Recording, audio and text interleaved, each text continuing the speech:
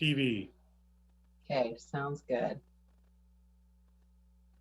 I'm going to close that. Okay, should be good. Eddie will check it for us.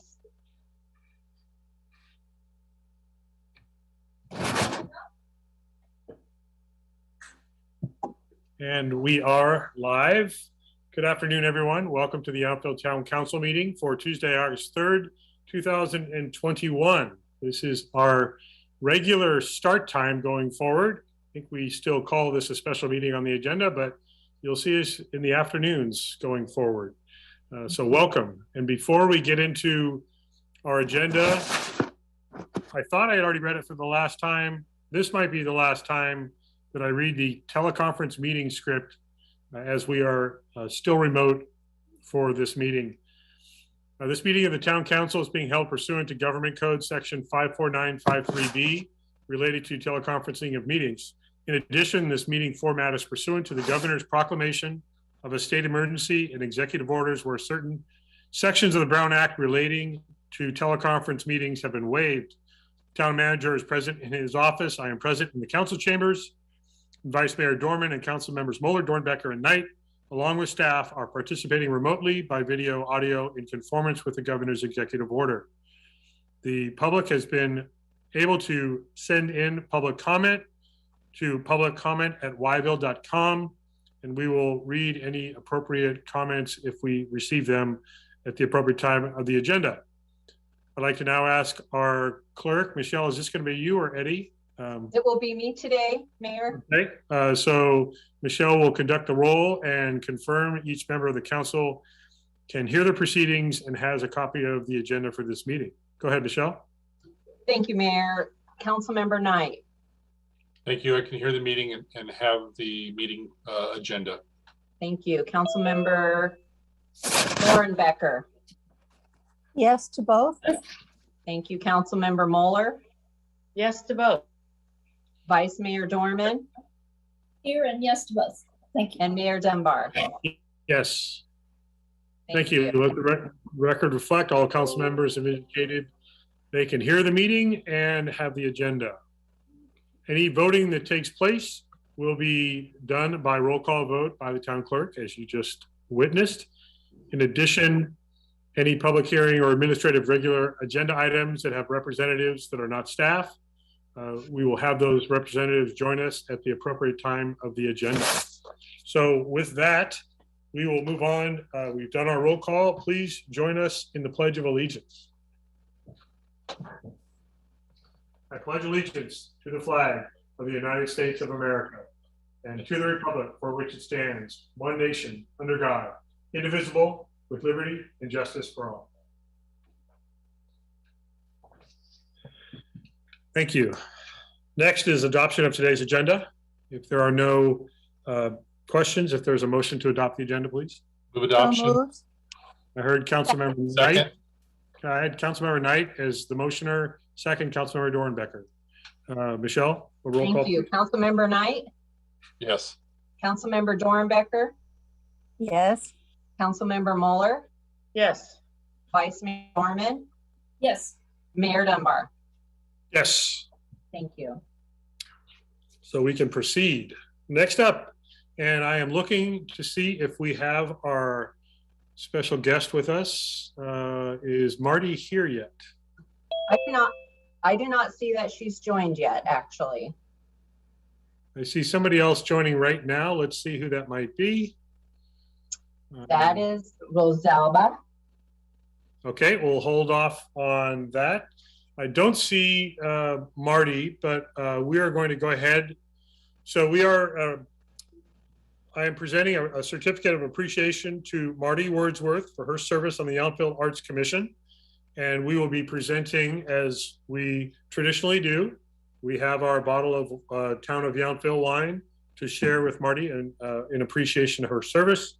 And also the certificate, I will read very quickly. Certificate of appreciation and recognition of Marty Wordsworth, the Yountville Arts Commission. The Town Council and staff express a sincere thank you for your contributions and service to the Town of Yountville as a member of the Yountville Arts Commission between August 2017 and July 2021. So Marty, we know you're out there. Thank you very much for serving on our Arts Commission and look forward to your continued participation in our Yountville community. Thank you very much. Okay, we're going to move on to our next agenda item, which is public comment on items not on the agenda. Do we have any submitted, Michelle? Mayor, we received one piece of correspondence from the California Pool and Spa Association, and it was regarding the water restrictions, and all council members have received, and it's not related to a current agenda item, so we just wanted to make sure we reference that for the record under public comment. Thank you. And if anyone wants to read the content, they can access that. We will have it as part of the record of this meeting. Okay, we'll move on to our consent calendar item. We have items 7A through K. And we will take a vote, and then the town manager will have a comment and introduction to. Actually, or are we going to do that before? make my comment and introduction first before you vote. We haven't taken a formal action. I don't know. I know. Question. But the first part, though, legally, under California law, with regard to any at-will employment agreement, we have to verbally state the salary. So I'm pleased to introduce Alba Ramirez, who will be our new Deputy Public Works Director, and I'm reporting in the action that you will be taking to confirm the employment agreement that we propose to enter into at a base salary of $127,219. Her benefits are consistent with those of other at-will contract employees and town employees. Sorry, go ahead. Well, I was going to say, and with that, I would like to introduce Alba Ramirez, who has joined us this afternoon, so she can be introduced, and we look forward to seeing her in Town Hall on August 30th. Bienvenido, Rosalba. No pressure, council, to actually vote in the affirmative here, since Steve has already introduced Rosalba to us. But let me get the formalities out of the way, Rosalba, and then I would invite you to just share a few comments. So if we could please, if there's action to be had on the consent calendar, items 7A through K as presented. So moved. I move we approve the consent calendar as noted. And I'll second, I believe to be the longest consent calendar I have seen. Okay, so motion, Councilmember Dornbecker, second, Councilmember Moeller. Michelle, roll call vote, please. Thank you, Mayor. Councilmember Dornbecker, Yes. Councilmember Moeller, Yes. Councilmember Knight, Yes. Vice Mayor Dorman, Yes. and Mayor Dunbar. Yes. Thank So you. that passes unanimously, and now we can officially welcome you, Rosalba. Welcome to the Yountville team. If you could just tell us a couple of things about yourself, and we're looking forward to seeing you in person soon. Thank you. My name is Alba Ramirez. I'm here, the senior engineer of the city of Napa. I've been here at the city of Napa in 2 different positions for about just over 3 years now. And I was with the city of Madera for over 10 years. So I have kind of found the public agency work, and I'm sticking to it, and I like it. And I worked with John previously, and I'm excited to come over to the town of Yountville and work with John again, and hopefully provide the right fit and necessary expertise for the town. Welcome, and I will be sending a letter of apology to Mayor Sedgley for stealing you over to our team, but I'm sure he'll understand. Thank you. Welcome, and we look forward to being able to, as I said, greet you in person and get to know you a little bit more. So welcome. Thank you. I believe that is it for our item 7. We have no presentation, so we're going to jump right ahead to our public hearing of the day, which is item 9A, Municipal Code Update, Zoning and Design Ordinance, discussion and potential direction regarding the zoning ordinance and design ordinance update, phase 2, part B. introduction and waiving of the first reading of ordinance number 21-501, amending titles 6, animals, 12, streets, sidewalks, public places and parks, 15, buildings and construction, 16, subdivisions, and 17, zoning, and repealing Title 18, design standards of the code, includes the zoning ordinance and design ordinance, or Zodo update phase 2 part A, which was discussed at the July 20, 2021 special meeting of the town council, and phase 2 part B, discussion concurrently with the introduction and first reading of the ordinance. If you thought the consent calendar was long, that was equal. So with that, we'll go ahead and get the staff report before we hold the public hearing. Right. Good afternoon, Council. Michelle, do we have Bob Brown in the waiting room? We could let him in. He'll be sharing the presentation today with me. Yes, thank you, Sandra. I'm letting him in as we speak.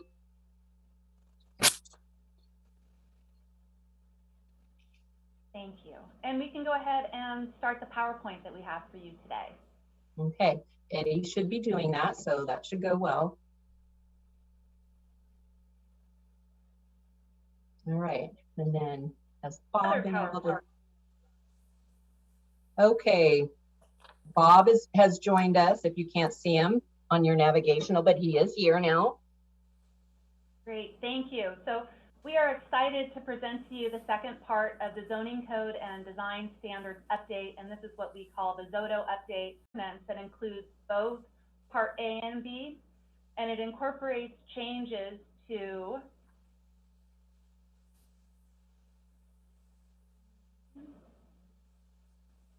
I think we're having, Sandra, we're having a little connection broadband problem with you. You were frozen and we seem to have lost your connection.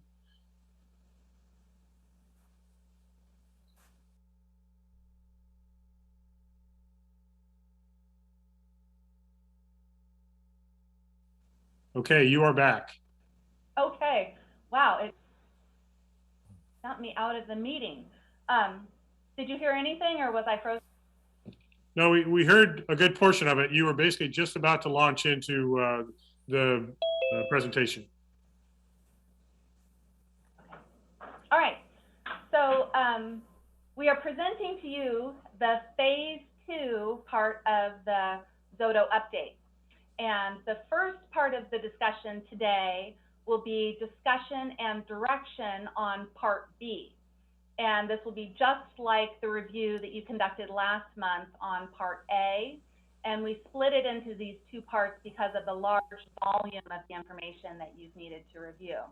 And we do need to have Eddie put the presentation back up if you're ready for that, Sandra. Okay, yes. So, and then the second part of this item on today's agenda will be the actual introduction and first reading ordinance that includes both these parts. And it includes the changes to Titles 17 and 18, which are the zoning and design ordinances, but it also pulls in other chapters of the municipal code that are triggered by changes to the Zodo. And it's Title 6, animals, Title 12, streets, sidewalks, public places and parks, Title 15, which is buildings and construction, and Title 16, which is subdivisions. And this is the slide I was just going to start on. So our agenda for the afternoon is to share an update of this process, the new proposed structure of the code, and a review of the major changes. Then the council will have a chance to ask clarifying questions. We'll receive public comment, but as of this point in the meeting, we haven't received anything. And then we'll share feedback and we'll introduce the ordinance I just noted. Next slide, please. So the Zodo update, a multi-year effort that kicked off with adoption of the general plan in 2019. And this triggered phase 1. And these were the revisions that implement the general plan, and they were necessary to bring the Zodo into compliance with the general plan. This phase 1, was adopted by the council in 2020. Phase 2 is the current effort, and it is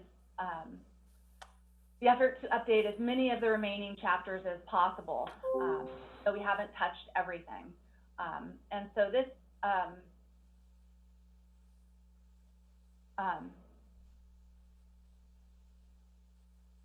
and so phase 2 is the one that we're currently in. So, excuse me, I lost my train of thought. So next slide, please. This shows where this process has been with regards to the hearings. Part A was reviewed by the ZDRB in June, and Part B was reviewed by them in July. And at both meetings, the board discussed the proposed amendments. They voiced support for the revisions, and they voted 5-0 to recommend that the council approve them as presented and with no changes. Part A went before the council in July, and Part B is before you this afternoon. And then if the introduction and first reading the ordinance is approved today, we will bring the ordinance back to you for final adoption at the September 21st meeting, at which time we'll also bring forth a revised zoning map. Next slide, please. This process has been in the works since November of last year, and it's been overseen by the Zodo Ad Hoc Committee comprised of Mayor Dunbar and Vice Mayor Dorman, ZDRB Vice Chair Miller and Member Cook, and we have had, the committee met on 13 occasions over this 9-month period, in meetings lasting well over 30 hours. The committee reviewed all proposed modifications. They provided feedback that significantly shaped the draft code provisions that are before you today, reviewing edited chapters 2 or more times. And so we worked and reworked these provisions, and I'm really pleased to present them in ordinance format for your consideration today. Next slide, please. A major goal of this update was to consolidate titles 17 and 18 into a single, coherent, and easy to navigate document. And this resulted in the new code structure that you see here. And highlighted in yellow are the chapters that we'll be reviewing today, the other districts you've seen previously. And for Division 2, we'll be looking at the Parks and Playfield zoning district, the commercial zoning districts that we didn't touch in phase 1. We'll introduce commercial design standards very similar to the residential ones you saw last month, and the overlay districts. In Division 3, we see that, next slide please, these are rules that apply to all properties in town. And today we'll look at FAR, height, setbacks, and the commercial development incentives. And next slide, finally in Division 5, we have a very new and comprehensive chapter on the regulatory provisions as well as definitions. So I'm now going to turn it over to our consultant, Bob Brown, who's going to walk you through each of the chapters. Thank you very much, Sandra. Can everyone hear me? Yes. Yes. Okay, great. Thank you. As we did back in July, we'll go through chapter by chapter and highlight the major changes that staff and the subcommittee have been recommending. Again, the summaries are very brief, but you have the full underlined strikeout version if you can get through all that density that shows all the changes and the rationale for those changes. And then after each chapter, please feel free to ask any clarifying questions about the proposed revisions. And then at the end, we'll get your feedback on each chapter after the public hearing. So in the first general provisions chapter, this is largely legalese language that establishes the applicability of the zoning regulations. There's also a section that speaks to minimum requirements, which would allow decision makers to require greater regulations, such as larger setbacks or additional height restrictions or higher parking provisions, if you feel they're warranted as part of a discretionary review process. We also clarified how changed regulations would affect applications that are already in process, and included a section on the responsibilities of the planning officer in administering the code. Any questions about this chapter?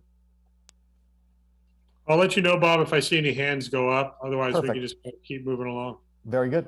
All right, next slide, please.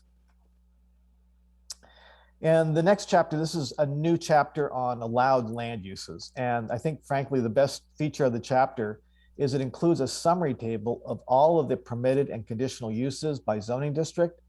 This is going to be, I think, a great benefit to staff and the public, so you can quickly identify where a particular use is allowed in the town. And the subcommittee spent a lot of time working over the land use categories. And in most cases, replaced a detailed list of different land uses with more generalized categories such as personal services or lodging, et cetera. So we've eliminated a lot of density in terms of very minor use types. Next slide. Parks and Playfields is another new district. It creates. Yes. Excuse me, Bob. Hi, it's Carrie Dorman. Yes. Mayor, I had raised my hand. I had a question on 17.12, please. Okay. In the mixed use, it talks about underrepresented retail, or on the table, our new use table. Yes. And it looks like that might be only in mixed use. Is that, I'm just trying to cast my memory back. Is that correct? I believe so. And I think that that was a reference specific in the general plan, if I'm not mistaken, Sandra. Yes, that's right. That was a change that came out of the general plan. This is a district that is a residential use district, and this overlay applies to a real limited number of parcels. And so the idea was to limit the type of retail uses to something underrepresented in town that we don't see elsewhere. And also recognizing the fact that since it's a residential district, not all retail uses would be appropriate. Okay, so what we're trying to say there is, because the way it looks to me on the table, now that I look at it for the 14th time, it looks like underrepresented retail could only be in mixed use, but it could be anywhere, right? Am I reading it wrong? Yes, I think underrepresented retail is sort of a subcategory of all the retail classifications. It is defined, but as Sandra says, the intention is to have something a little different here, sort of a finer grain definition of the types of retail uses that the town is looking for. Okay, but it can be anywhere in town. Surely. But in a mixed use, we are looking specifically for underrepresented retail. Precisely. Okay, thank you. And then another question, personal services in primary commercial requires a use permit. So I'm looking at, and I'm going to use a specific example only because I would like to know how this works. My understanding is that where the spa was, the upstairs of Senses, the spa is now a psychic. And is that a personal service, and therefore it was a personal service, and a psychic is a personal service, and therefore it's a staff, it's an administrative change? No, not exactly, because personal services can include many different items. In this case, it was specifically to the fact that Divine Chakra is an alternative wellness spa, and we determined that that was similar to the use permit approved Medi Spa. So it's really specific to that use. And since the use permit included conditions, this change in use met those standards. Perfect, thank you. And I'll just ask, if we do have questions going forward, if you could reference the page number in the clean version of the ordinance so that all the council and any audience watching that has this in front of them knows where to reference.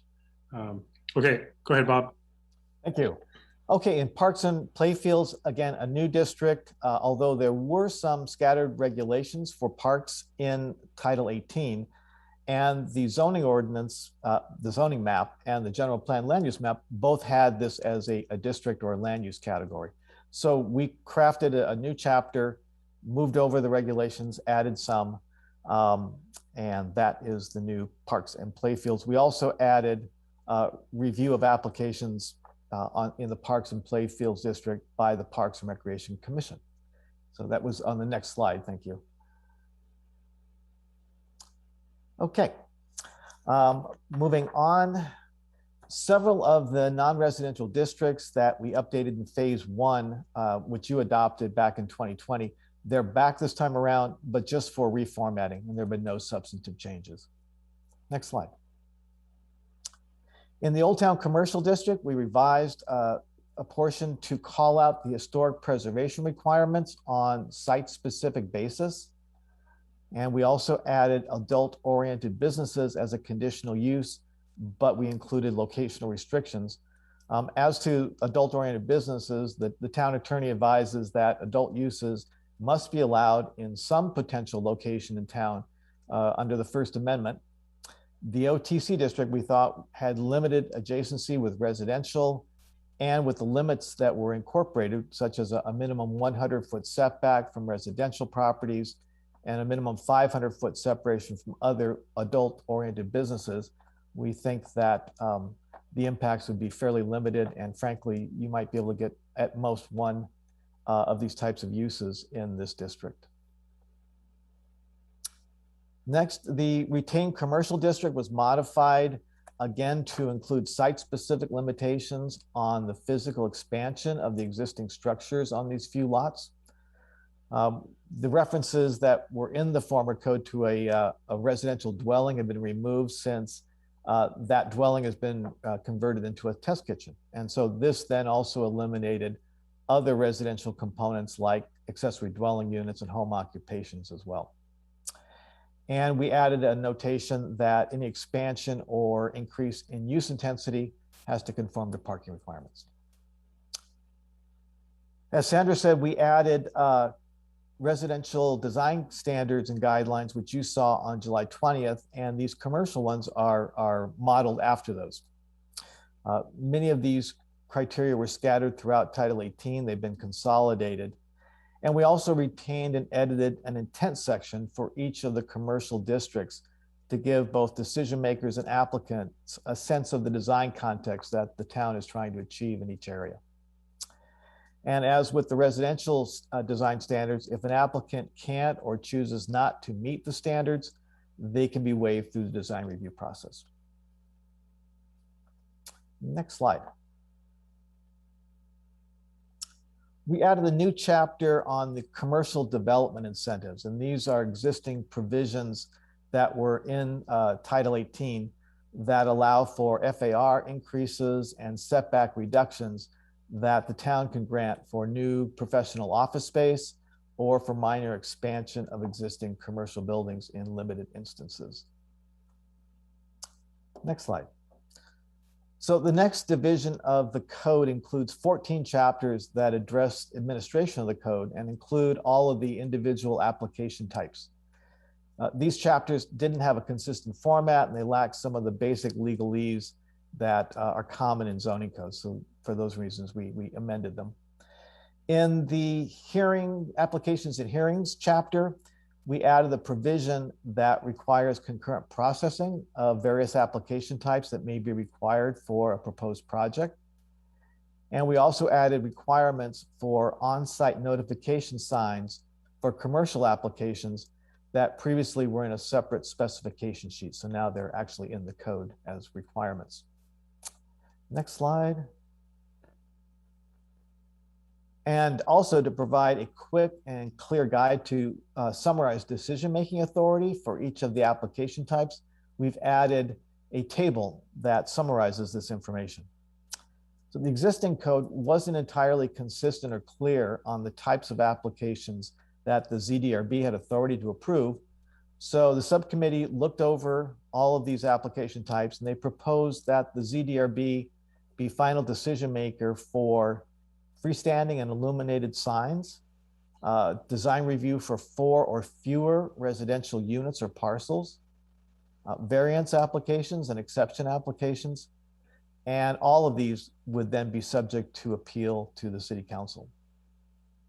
We do have a couple hands raised at this point, Bob, so I'll go to Vice Mayor Dorman and then Eric Knight. Thank you, Mayor. Thank you, Mr. Brown. So let's start on the table here. The highlighted, the 4 decisions that are now under the ZDRB column. Yes. Just to clarify, those have been within the purview of the ZDRB. Is that correct? And we are simply memorializing that? Yes, that is correct. Okay. And then I think this is jumping ahead some, but when we get to major design review, it includes the illuminated signs, Highway 29 and murals. And major design review, I think, goes to council. So I'm wondering if we might need to reconcile the table and that definition of a major design review. So that's kind of ministerial, but a substantive question is, mural means a picture or decoration that is painted on or otherwise applied directly to a wall in our definitions. So is this saying that any mural or any internally illuminated sign, no matter where it is, will be decided by the ZDRB? So first, let me address the approval authority for freestanding, internally illuminated, and Highway 29 signs. In my version, it shows that that's minor design review, so we'll have to dig a little deeper to see what you're seeing that I don't. It is consistent with the table you see here. I do understand that there's some difference between the attachments we received between the ordinance as a whole and the attachment part 2B. I do understand there are some differences, and I didn't find that out until today, so I did my review based on part B. So it could just be there, Sandra. I mean, it could just be a Passover thing. So the murals, how do they work? The murals are items that we see throughout town or we can on private property. An example is Priest Ranch. A mural on the side of the building went before the ZDRB for review, and that is the process that murals would see for approval. The highway underpass mural is different because that's part of the public art program and it's under the purview of a separate committee, and that did come before council. So that's something that had a different process because it's really a different type of mural. I hope that explains it. No, that's good. But so what I'm hearing, and again, as I continue to review and refine, if a business on Main Street, let's say we get a 2 or 3 story business, if they come in and they want to put a mural, that would be subject to approval only by the ZDRB. There would be no council input unless there was an appeal. Correct, yes. Okay. Well, I'll hold that for discussion. And then I think if you go back, please, to the previous slide.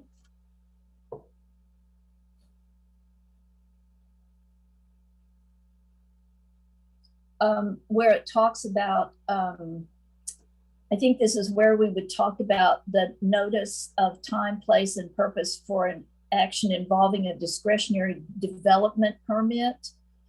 What exactly is a discretionary development permit? This is the one where I think, Sandra, you and I had talked about it before, that going to be any notice to surrounding residents or businesses for certain permits that will be issued, but there will be a chance to appeal, whereas some other permits, there is a notice in advance of the hearing. So could you just expand a little on that, please? So all discretionary permits go before one of the 2 decision-making bodies, the ZDRB or the council, and those include such things as design review or use permit or master development plan review, variances, exceptions, in most cases, sign permits, and then that notice is given before the decision so that so we can hold a public hearing and that the public can comment. Then we have administrative use permits, and those are minor items that are not discretionary. We check that the provisions of the code are met. An example is moderate home occupation. And so when staff clarifies that the proposed use is consistent with the code, we approve that through administrative use permit. We don't send prior notice of that because we don't hold a hearing. It's done administratively. but we do send out notice of the approval, and that notice includes information on the right to appeal the staff decision. Thank you. Other Councilmember Knight. questions? Thank you, Mayor. I read it, I believe it's maybe during this section, please inform me, of that the Zodo committee talked about. Originally, we've had a concept review for larger projects, and that is now no longer required. And there was some description of why that was the case. And I was wondering if this is the appropriate section for you to review it, to explain the rationale for that language of removing a concept review for a larger project. We'll address that in about 2 minutes when we get to the master development permit, if we can hold off. Good, thank you. Okay, next slide, please. Okay, so in the chapter on amendments to the zoning ordinance, we realized that this did not cover general plan amendments either, so we've added that in. And as well, we've clarified that these amendments can be either to text or the maps of either document. So that was really the only substantive change. Next, please. Design review, we made several changes. We created, as you just heard a few minutes ago, the minor design review category, which would allow minor design proposals to be approved at the ZDRB level, and then the major design review go on to council after ZDRB review. We also expanded the list of building modifications that are exempt from design review. These are pretty minimal, but finely described so that there's no misunderstanding. And these include ground floor additions that are less than 200 square feet. And if they're not at the front of the building, they can be exempted. We added the provision to allow the planning officer to require installation and certification of accuracy of story poles when they're deemed necessary to determine a building scale and mass and compatibility. We tried to make the expiration dates for these various permits types consistent. So design review and use permits have been standardized at 2 years from the date of issuance if they aren't utilized. And master development permits will remain valid for 5 years because of their larger scope and the likelihood or possibility of phasing those projects. And we did a substantial rewrite of the design review findings. Next slide. So master development permits, this is where the conceptual review process is proposed to be made optional. So the idea of conceptual review is a non-binding review by the council to give applicants a general sense if they're on the right track without expending a great deal of money for detailed plans. The process retains the preliminary and the final master development permit reviews, but again, it makes conceptual review discretionary at the need of the applicant. Again, I think the sense has been in some cases applicants are absolutely certain about the projects they want to bring forward and have initiated their design, and so they've got the entire package ready to go and have not felt the need for conceptual review. So this makes it optional. Sandra, I don't know if you want to add anything to that description.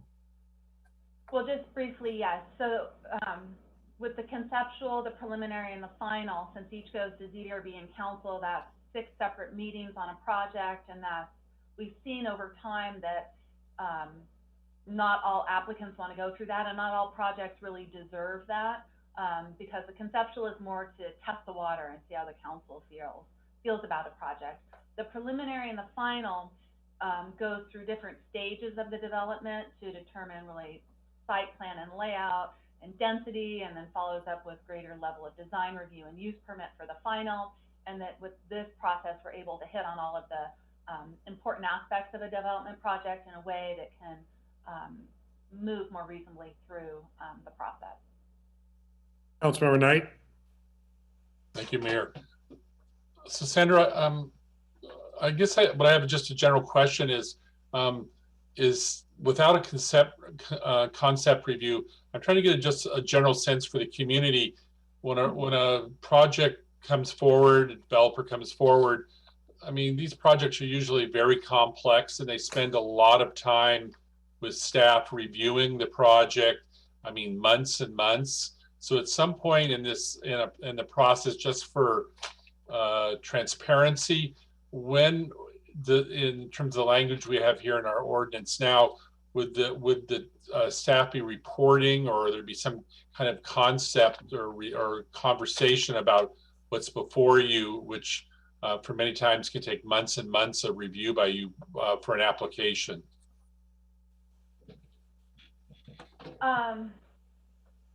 Well, I would say that master development plan applies to all new commercial development. So, you know, it's something like the Heston parcel and Stewart, and those are projects where the conceptual level wasn't as detailed as needing months and months of review. It's a review for the provisions against the code, and at that time it's really ready to take before the council to look at what an applicant actually wants to do, rather than that more conceptual type review. I hope that answered your question. Wasn't exactly clear. So just, I guess just generally, as you're going through this process, you're obviously, I mean, reporting to council that there's an application. You're just saying in terms of if the applicant, you're saying if the applicant's fairly certain about their concept, that you may be working through some issues with preliminary review issues, but it's really up to the applicant whether they want to go before, whether or not they want to go before council to show their idea to the council community. It's their prerogative. Yes. And I would say, Councilmember Knight, that's a correct analysis.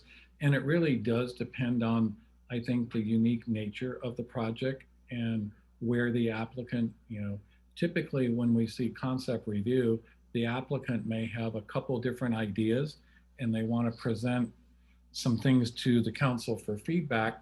And then they actually go back and develop the more detailed preliminary review. So the preliminary review, again, which is not a final action, is when we start seeing the project in much greater detail and more, you know, how it's going to look in a final sense. So that is generally when the public is going to really want to start taking a look, because that's when we're starting to see, you know, the details in a firmer presentation as opposed to conceptual. You may recall we've had some conceptual discussions and then the applicant comes back with something quite different based on feedback and community input. So it really becomes that preliminary application, and then where it moves through the process that becomes much more telling, if you will, with regard to approval. Mayor, just one last question. So it just seems to me, I guess the advantage to allowing the language still in the ordinance is that if staff has an applicant come forward and they're clearly not clear about their concept or review, it's definitely, there's an opportunity for staff to recommend concept review. If you've got someone that really has multiple ideas, then I would assume staff would probably recommend them to bring something back, but it would be up to the applicant. Yes, absolutely. And also, you know, every once in a while it may come to a surprise to the council, but not all applicants listen well to staff.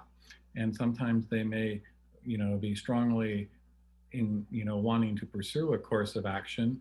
And, you know, we will highly encourage a concept review at that point, but they still may choose just to go directly to the decision-making bodies. But that is ultimately their call. Thank you, Mayor. Thank you, Steve, and Sandra. Yeah, and I would just add to that, I don't see this as a transparency issue because the public has every ability to follow along the process once there is an application submitted. We've also seen evidence when a concept has been brought forward, changes are made, and then public respond to why is it different? Well, because that's the whole point of going from a concept to a preliminary presentation. And then there's a question of why did it change? So it kind of works both ways about the value of a conceptual review. If it doesn't get changed, then that's a preview. If it does get modified, then there shouldn't be a question of why it got modified. That's part of the process as well.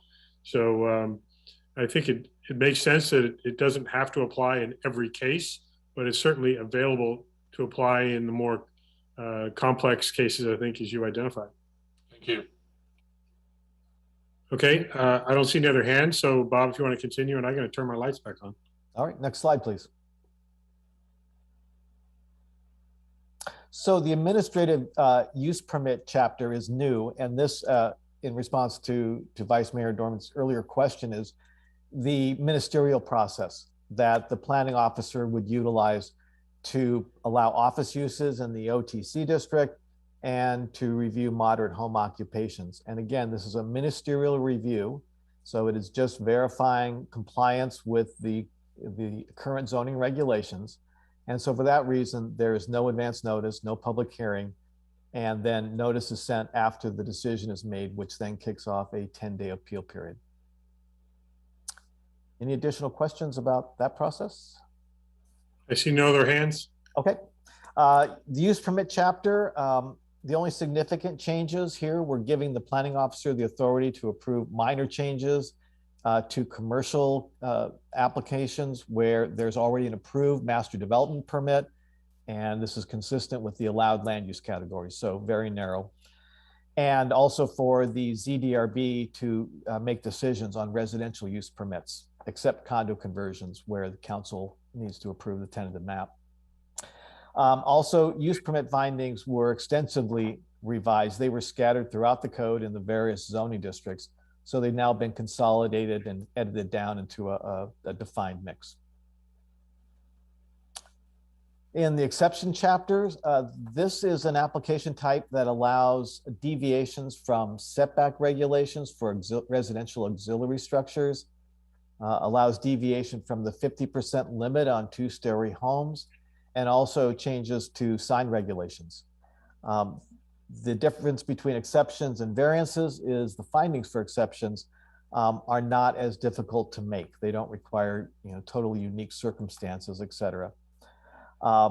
So the exceptions can be granted by the ZDRB, the same as variances, and those can be appealed up to the town council as needed. And frankly, often exceptions will be with other application types, such as design review, that might otherwise go to the council in any event. Okay, questions again from Vice Mayor Dorman and then Councilmember Knight. Thank you. So I'm looking at the exhibit, and on page 48 of the clean copy of the exhibit of Part 2B, and it talks about exception may be granted to modify setback requirements for residential auxiliary structures and height limits on two-story structures in residential districts. I don't see sign regulations, and I don't really recall that from our discussions. I thought it was just the two areas. Yes, that is something we found in our final review of the ordinance when everything was brought together, because the sign ordinance calls out specifically exceptions for signs, and so they were added to this section for consistency. It was something we'd missed earlier on because we didn't revise the sign ordinance otherwise. So what does an exception to a sign regulation mean? Could you give me like a practical example, please? Sure, it might be the size of a sign, because a sign size is limited by the amount of frontage. It might be allowing a second sign on a second elevation because it's a corner building, something like that. And so at this time, under our current practice, what happens when there needs to be a change to a sign regulation? Who disposes of that, or who takes it up? And okay, so when council does a commercial application, a use permit, and let's say ZDRB under this new exception language has granted an exception to the sign regulations, does council have authority or ability to say we respectfully disagree with the sign being made twice as big as the regulation calls for, using a hypothetical out in left field, I know, but. Well, I think very unlikely given the timing somebody wouldn't bring a sign permit application before the ZDRB before they have use permit approval. And oftentimes applicants don't have their signs ready when they go to council for use permit, but when they do, it is something that is included in that application and reviewed by the council. We don't split that out and take it back to the ZDRB. So that's the practice. Sorry, could you, I can't, I'm having trouble hearing you, I apologize. So is so I was explaining that a use permit that comes before council would precede a permit for a sign permit application, because you have to have use permit approval first. So that sign approval wouldn't be granted before, and so it's either done at the council because it's included within the use permit application, or it's done after by the ZDRB if it's returned to them. Okay, thank you. And then in that same subchapter 0.020, could you remind me, please, what is a residential auxiliary structure?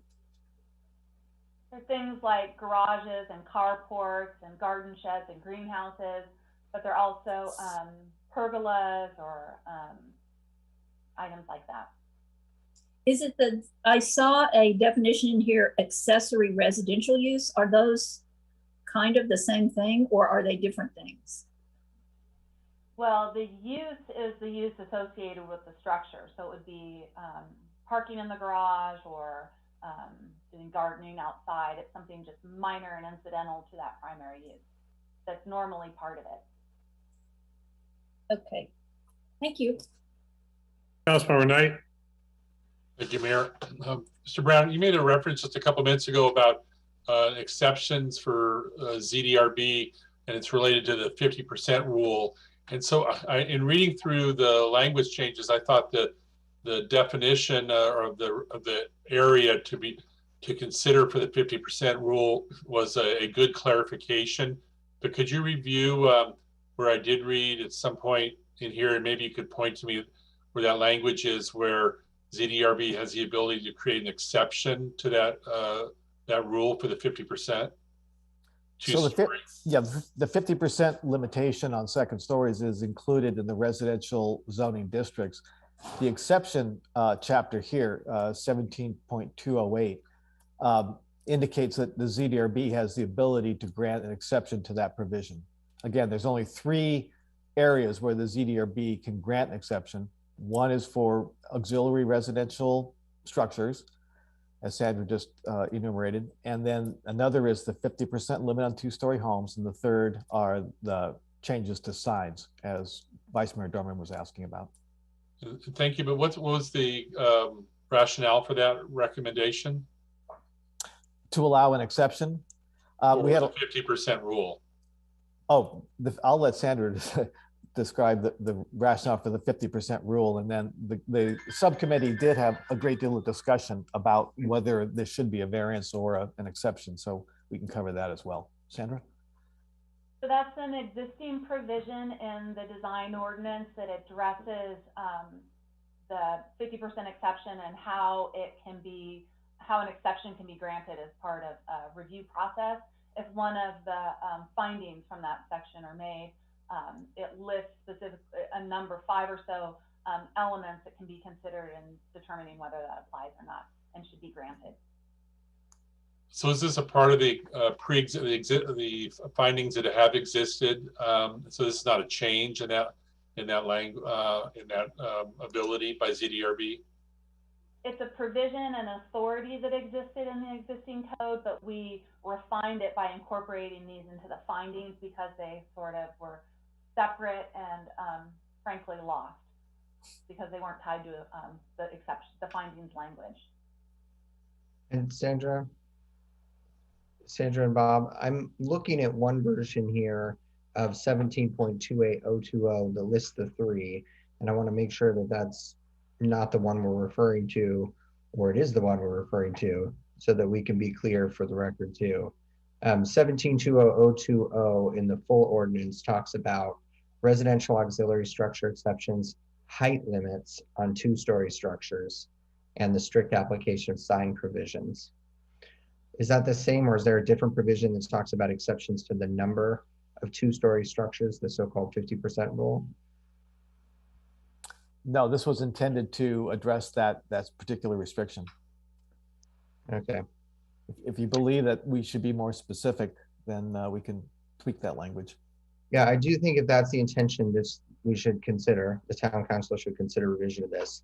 As I read that second sentence, it talks about height limits on two-story structures. So we might So, say limits on the number of allowed two-story structures. Yeah, if it's to override the otherwise applicable 50% rule, I think restrictions on the number of two-story structures in residential districts is probably a clearer way to say it. Okay. We did discuss, and I don't know if it's directly pertinent here, defining more explicitly one-story and two-story heights, since we did run into that vagueness with what about 1.5? It's over 1, but not quite to 2. And I don't know if that's going to be a factor in this. If we're talking about 50% 2 stories, we need to make sure that we understand if it's under what we're calling 2 stories, but over what we're calling 1 story, how does that factor into the calculation? Would consider that an exception to the number of 2 stories, and a good example of that would be the parcel at, I think it's 6630 Jefferson, across from right there at the creek, and they received approval to do a 22 foot tall 2-story building, which is under the 28-foot limit, but it was necessary to allow that. Otherwise, the 1.5-story definition will be useful when an applicant can keep a building within that 1-story height limit, but there are 2 separate floors, and they're using unique ways to use dormers, et cetera, to make that happen within the 1-story massing. So in this case, the calculation would be, it has to be the full 2 stories to be counted as a 2-story. Is that correct? I think it applies to anything over 20 feet. But the question was about 1-story versus 2-story and what the definition is, because the calculation of height was not clear when you get in between the 2 stories. Well, I would consider anything greater than 1 story is by default 2 stories. And then some of the consideration by the ZDRB for the exception is a 28 foot tall 2-story acceptable, or is something less reasonable under the terms of the exception because of the specific findings. And that's what occurred on that parcel I referenced. We may want to, Sandra, go back and look at the regulations in the residential district just to make sure that it's clear that instead of just saying 1 story, it says anything greater than 1 story. Okay. And I know we've also had a conversation about allowing on a 2nd story a certain height limit that's livable. You know, I can't remember exactly what the calculation was, and it may have stayed under 28 feet, but what I'm getting at is there needs to be some clarity about what the actual heights are, because when we're calling them 1-story and 2-story, that leaves, 10 feet of gap or plus or minus. That's not 1 story, but it hasn't reached 2 stories. So I thought we had changed some things for the explicit foot height to be factored in. We had the property on the Crossroad and Yount Street intersection where it was proposed to be 1.5 stories. And the calculation on that block was that it went over the 50% 2-story limit, and they said it's not 2 stories. And we said, well, it's 2nd floor. I don't know, Sandra, if you remember that specific situation, but that's why I thought we reached definitions that were actual feet and height and not just definitions of 1 story and 2 stories. Well, that one was something over 1 story, but it didn't take advantage of the full 2-story, 28-foot height limit. And they were using the roof massing to argue that it was 1.5 stories. So I think it's something that we could go and clarify. In looking at the actual language in the, for example, the RS district, it says 2-story maximum height limit. However, no more than 50% of parcels containing single family or duplex dwelling units in any block are permitted to have 2-story structures. So we may want to change that to preclude anything, the maximum of 50% structures being 1 story. What I'm asking for is that we put a foot height in with the definition of 1 story and 2 story, so there's no ambiguity. Well, We do. I think that's yeah. We do have it in these sections. It says 1-story building, maximum 15 feet to plate, 20 feet to peak. 2-story buildings, maximum 20 feet to plate, 28 feet to peak. So that's embedded in that restriction. Okay. So anything over that 1-story height, even if it isn't the full 2-story, is it 2-story? As long as it's already clarified with numbers. I do remember it had something to do with plate height. Yes. Right. And there was, legal interpretations about whether it was below what we were calling 2 stories. So they were saying it did not violate the 50% rule on the block. And we said it's more than 1 story. And then there was this void in the middle of what the definitions covered. So Councilmember Dornbecker? Yes, thank you, Mayor. I'm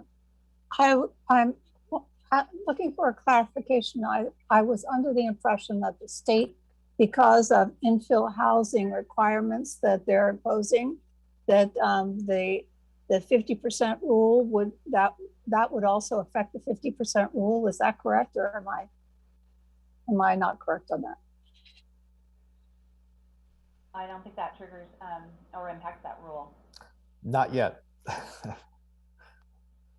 Yeah, I think that's right. It'll depend on the specifics of the application too, and how many units are being proposed. But as of right now, I'm not aware of anything that directly touches on this. Okay, thank you. Okay, that's all the hands we have for right now.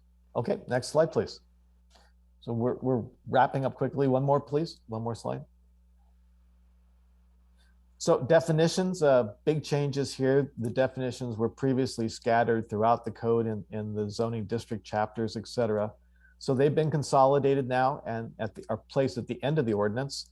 And we've edited existing definitions for clarity and for legality. And the number of new definitions have been proposed that were previously undefined. Then lastly, as Sandra mentioned, touching the Title 17 and 18 caused us to make some minor changes in other titles in the Muni Code. So we went over 2 of these last time. One is regarding regulations for chicken keeping. We've talked about that as part of the Ag District. Next slide, please. And then we also talked about regulations for beekeeping back at July 20th. So these are both included in Title 6 of the code. Next slide. In Title 12, the street regulations, we included street design standards that were previously in Title 18, just shifted those over. Next slide.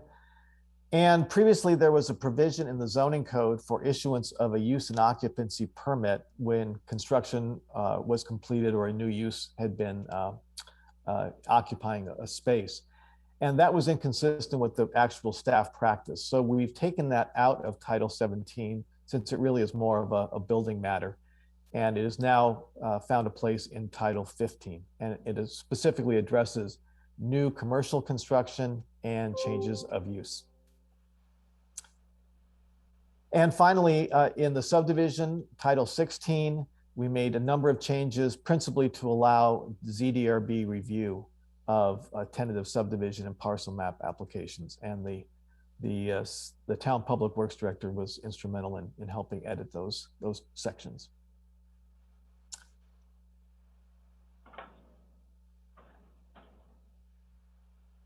So is that the presentation? That is it. Okay, so very lengthy and detailed. I appreciate that. We still have the public hearing to open, but I want any last questions of the staff report before I formally open the public hearing. Councilmember Mueller.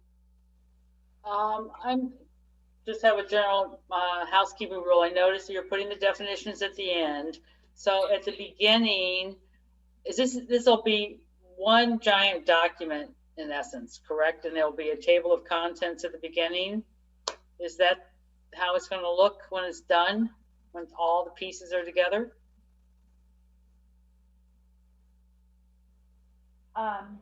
Well, yes, each of the different divisions will be found online, and you can click through them. So when you pull up Title 17, all of those will be part of it. Yes, like a table of contents. Okay, so you need to know that this is called Title 17. Yes. Okay. Because these definitions only apply to Title 17. Okay. So zoning ordinance. And the title of the title will be zoning ordinance or zoning. All right. All right. So Title 17 is kind of more internal, if you will. Yes. So if someone just calls up zoning ordinances, so there'll be a table of contents there, and then so I'm assuming all the bolded headings that I'm looking at are the headings that will be in the TOC, correct? Yes, the table of contents will have all the chapters listed. The chapters and the division. And the divisions. Okay. Yes. So anything that looks like a heading will be in the table of contents. All right. Thank you.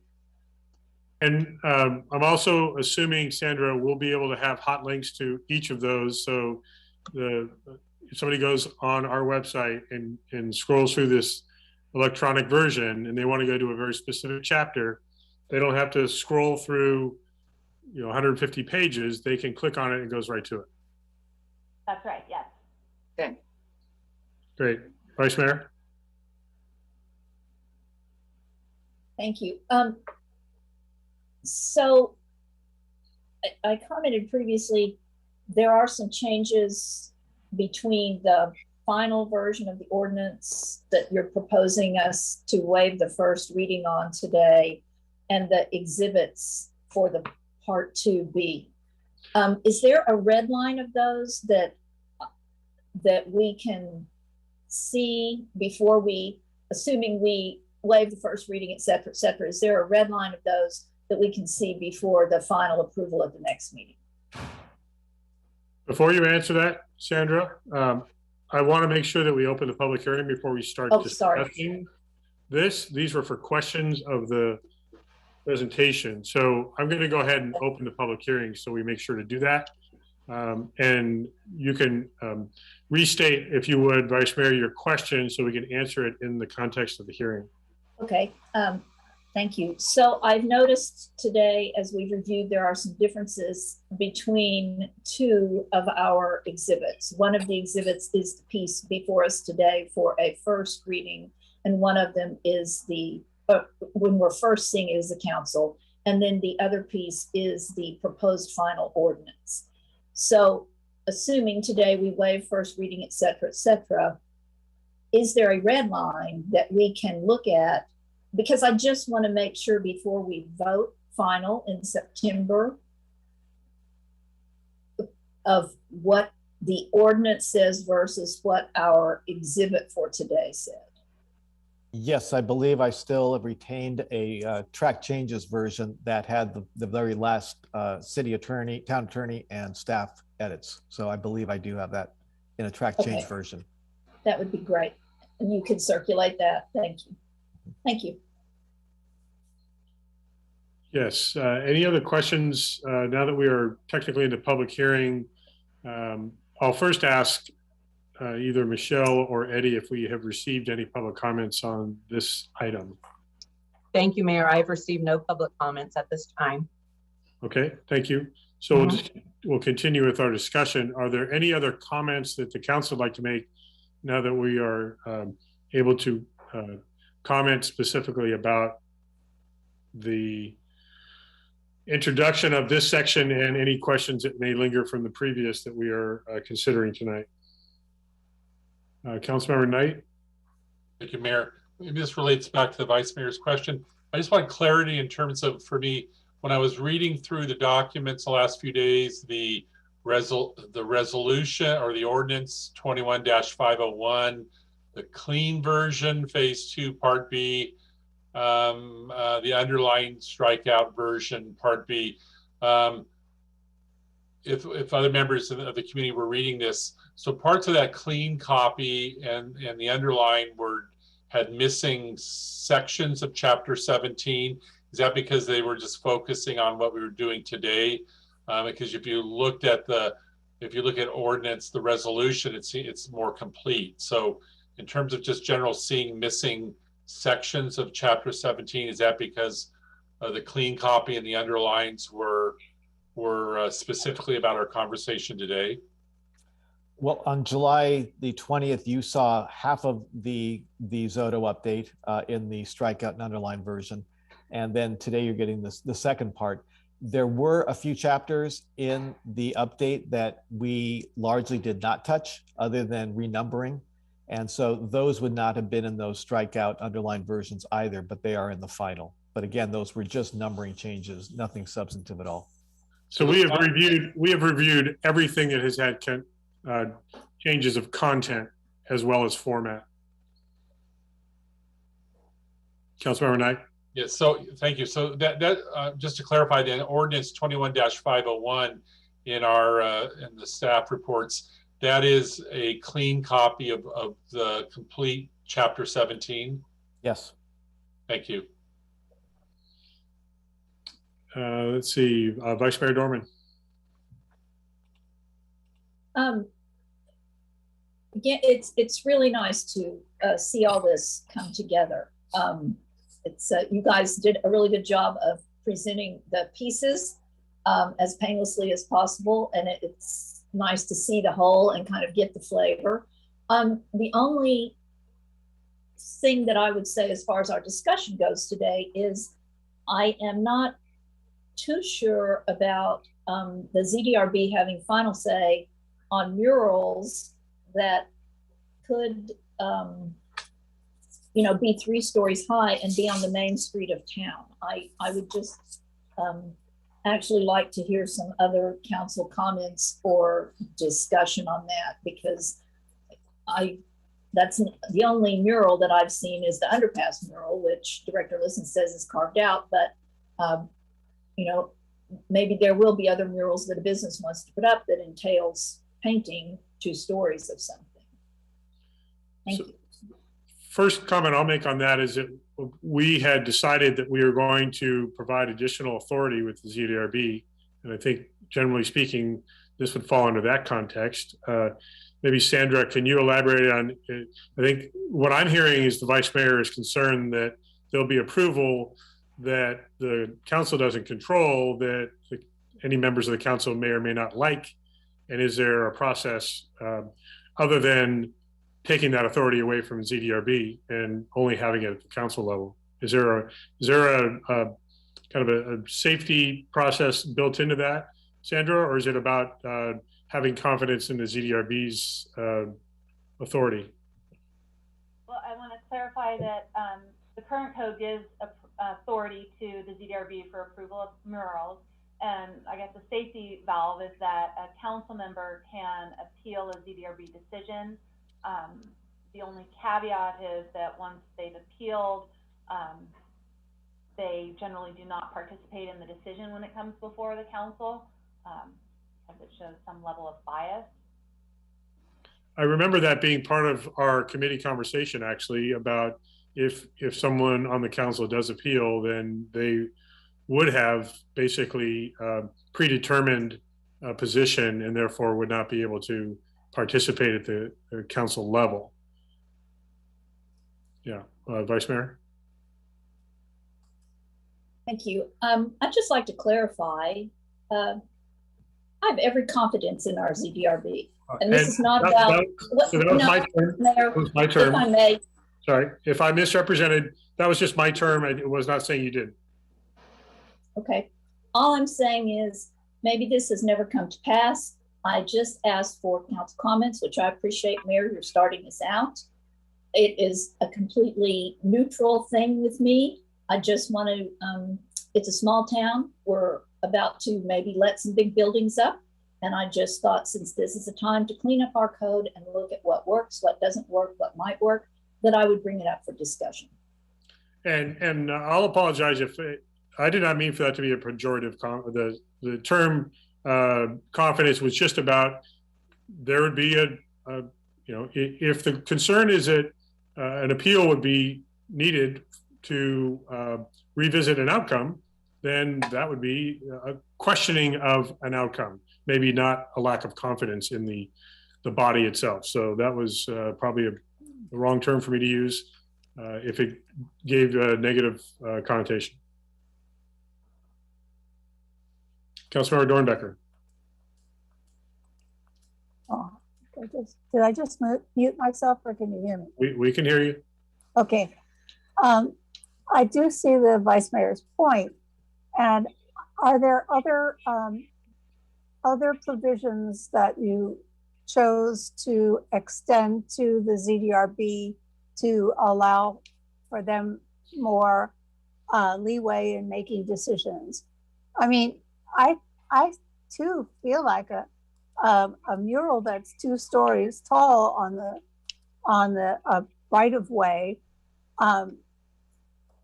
If it were extremely unpopular with the populace, they might wonder why the council did not weigh in on it. That's my question. So the question of the ZDRB authority and whether it should be expanded was discussed in detail at the committee meeting. There were suggestions made as to where we could expand the authority, but the consensus was not to expand it and to leave it as is. Councilmember Mueller. Thank you, Mayor. Just thought I'd weigh in. I remember when I was first on the council, it's been a while now, that this is something that the council, they did it all. We did residential, we did the businesses, and when we brought on the ZDRB, we found them very helpful in helping us out. And eventually we had a discussion with the ZDRB, and they were willing to take on a lot of the residential design, et cetera. Shortly after that, which was also going well, we actually asked them if they would like more involvement, i.e., a lot of the stuff going on with the businesses, et cetera, not to use permits, but really the design and review. And they really didn't want it. So that's why it still resides with the council. So since then, I think that now that we've given them, and they've accepted quite a bit of authority here, I'm just really amazed how they have sometimes taken a look and a view, and when we select them, they have these expertises that I think they're going to do a good job. I think we've also seen on many of our commissions sometimes when they do have a lot of questions, decisions that they make internally, sometimes they do kind of, for lack of better words, kind of punt it up to us for our opinion. So I'm comfortable with how things are right now. I'm not sure. I think it's going to be a pretty rare case that somebody's going to want a 2-story mural. But anyway, but that's generally my feeling. I'm fine with that. If we see problems, we can update all of this at any time. So I want to ask if there's a way, if it's specific to murals or if it's a little bit more about the level of authority, we can maybe talk to clarify that a little bit more. If there's a concern about the authority with ZDRB, and what I guess I'm trying to get at, is it just about murals, or is it some other level of authority that is a concern? And we can maybe get to it a different way. the thing about murals, if we're talking specifically about that, you can't guarantee a good taste on the council or on ZDRB or anywhere else. So certainly very subjective. So it's hard to say who would have the best authority for art. But Councilmember Dornbecker? That's a very good point. And I guess I would feel more comfortable if somehow we could require the Arts Commission to also weigh in, because, you know, if the Arts Commission, and I'm only talking about murals, 2-story murals, that's all it concerns me. I'm not concerned about the ZDRB having, you know, ministerial power to, or not ministerial, but power to make decisions about other kinds of housing issues or building issues or design issues. But I'm just concerned about a piece of art in town that neither the council nor the Arts Commission would have any jurisdiction over. And I hate to, you know, I don't mean that as a put down of anyone. I fully understand and agree with Councilmember Mueller that the ZDRB has been a great partner in taking on some of the more, you know, difficult, or not difficult, but lengthy conversations about zoning and design. So it's just that one piece, just I have a red flag about it, that's all. Okay, Town Manager. Thank you, Mayor. I just need to bring a little bit of attention to the council with regard to commercial art. If a new commercial development wishes to use any of its required art impact fees, then it does require Art Commission approval in order for that to be considered. So again, that's at the discretion of the applicant here. To date, we have had several of our commercial businesses assess their art impact fee that have never, but nobody has ever followed through with placement of art. So I just want you all to know that any art that it would be part of the, where a business, commercial development, new building wants to use any of its art impact fee, your ordinances in place now require that it go to the Arts Commission for review. But that's separate from residential. If somebody had a 2-story home and they wanted to paint it with some, you know, geometric shapes, they would have the ability to do that. I'm going to answer your first part. Yes, it applies only to commercial. Okay, Vice Mayor. Thank you. To your point, I'm sort of zeroed in on murals because of the size.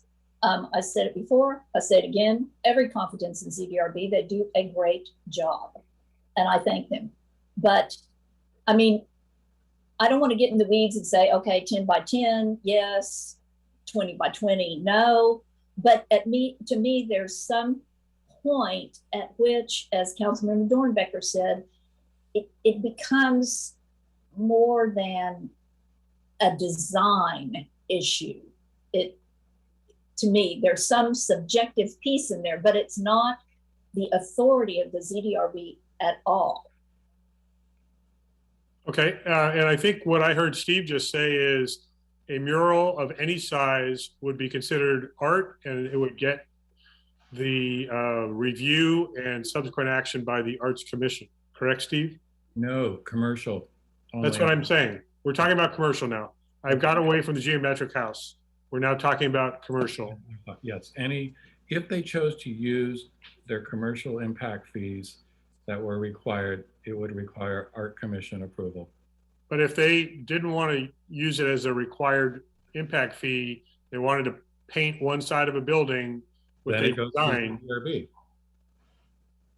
because it's commercial. Yep. So the question is, if ZDRB is the final authority, just like if the Arts Commission would be the final authority if it was an impact fee specific either sculpture or mural or some other visual art.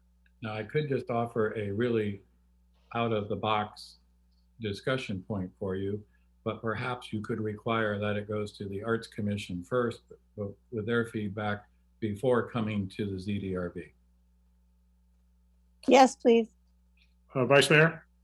I like that. I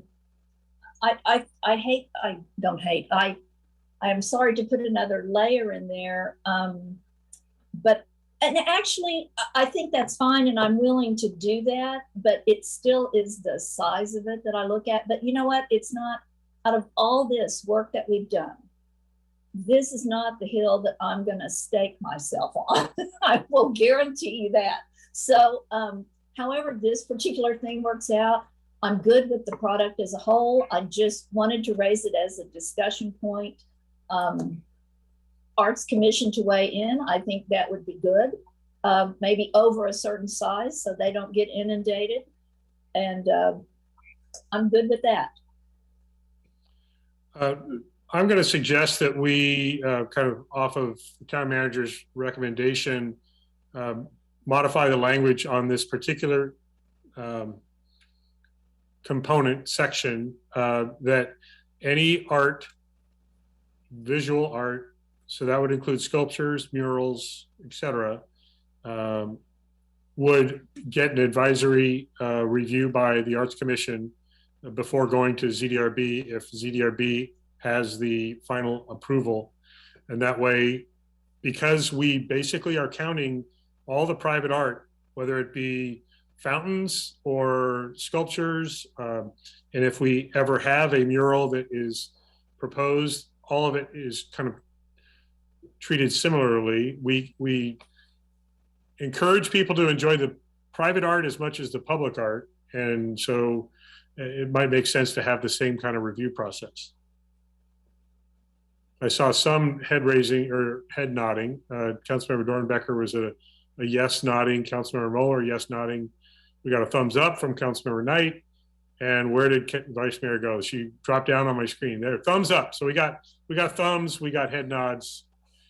Sandra, how could we or Bob just tweak that language so that it applies murals and other any other visual art proposed commercial development receives Art Commission review prior to ZDRB consideration, something like that? I think, Sandra, you can correct me, but I think what we'll have to do is modify a little bit, both the sign ordinance and the public art ordinance to incorporate those provisions on review. But yeah, simple changes.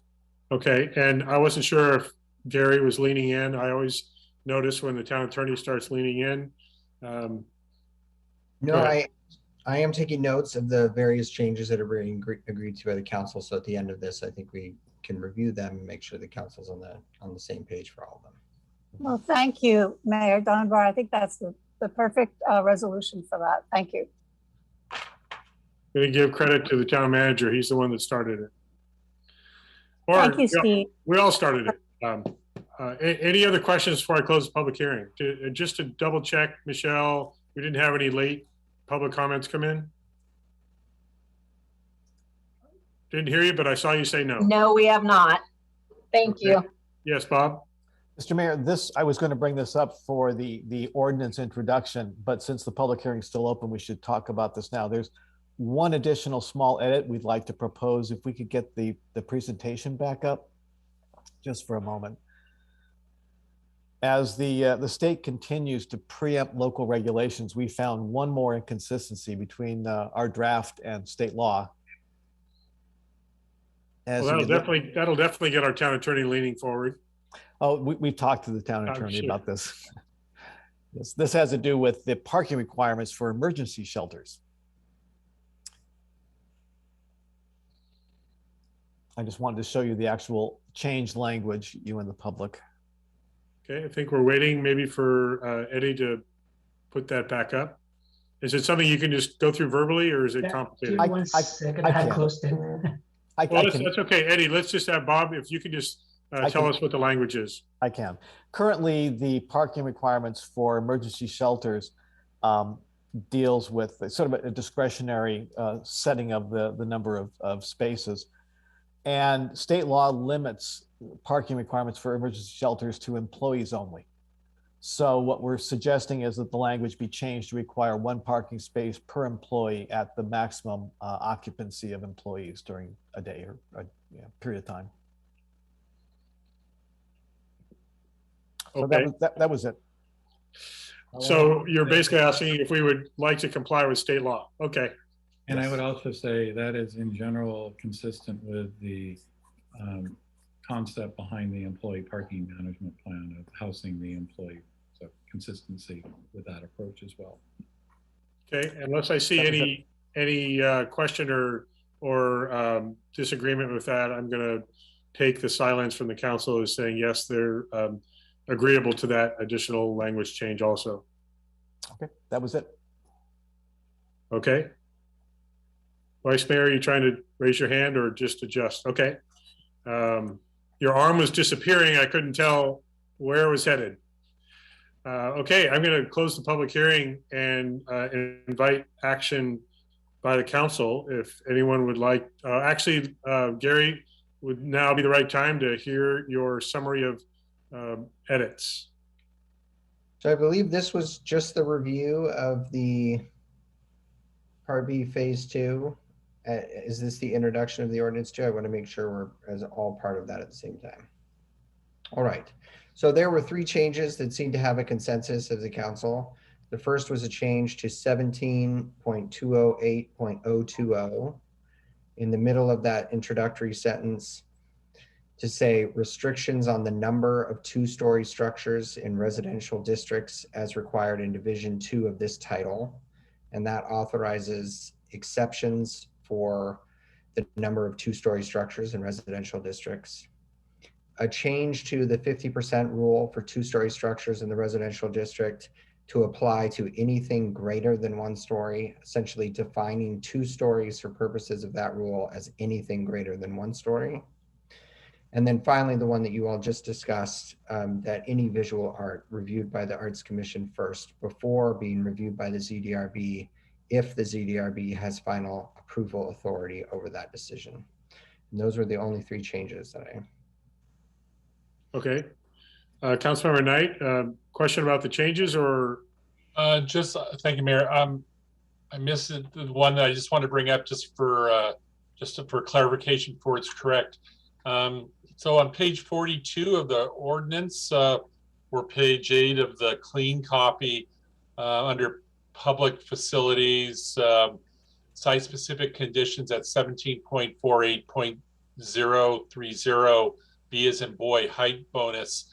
There's a description that says, the last sentence is the town council may by resolution provide examples of what constitutes a substantial community benefit. And I believe Sandra provided me that resolution this afternoon. So I don't know if that needs to be clarified and maybe corrected. So if someone's reading this, they can click on and see the actual resolution that was passed. And I think there's a reference to that also under under primary commercial too. You're talking about at the top of page 43, 17-4 or 17.48.030. I'm sorry, yeah, that's right. It does move to 43. The last sentence in B, top paragraph, it talks about may by resolution. It's probably saying, but there actually is, I believe, a resolution in place that describes what a substantial community benefit is. And then farther down on under primary commercial, there's also that same language on page 46. At the very least, there's a typo in the sentence. So the town council may be resolution. I'm assuming it should be made by resolution, provide examples of what constitutes a substantial community benefit. Sandra or Bob, are you with us on where we are here? So that would appear, Sandra, just to be a typo, yes? Yes, I've already noted that we'll correct that one. And it's repeated again on what, page 46? 46. So there is a resolution in this type of document with an applicant or someone going there, and I'm sorry, I'm not sure use the right terminology, would get a link or something to that resolution. Is that possible? Or at least the resolution would be noted so they could ask for it if they wanted to review what council has defined as a substantial community benefit? It certainly can. I think the code publisher can include an annotation at the bottom, or you could hyperlink it. But of course, that resolution may be changed, so it's a matter of keeping the most updated one. But yes, it wouldn't be part of the code itself, but it could be noted there. Sandra, is there a definition in the definition section about substantial community benefit? No. I think, is that what you were getting at, Councilmember Knight?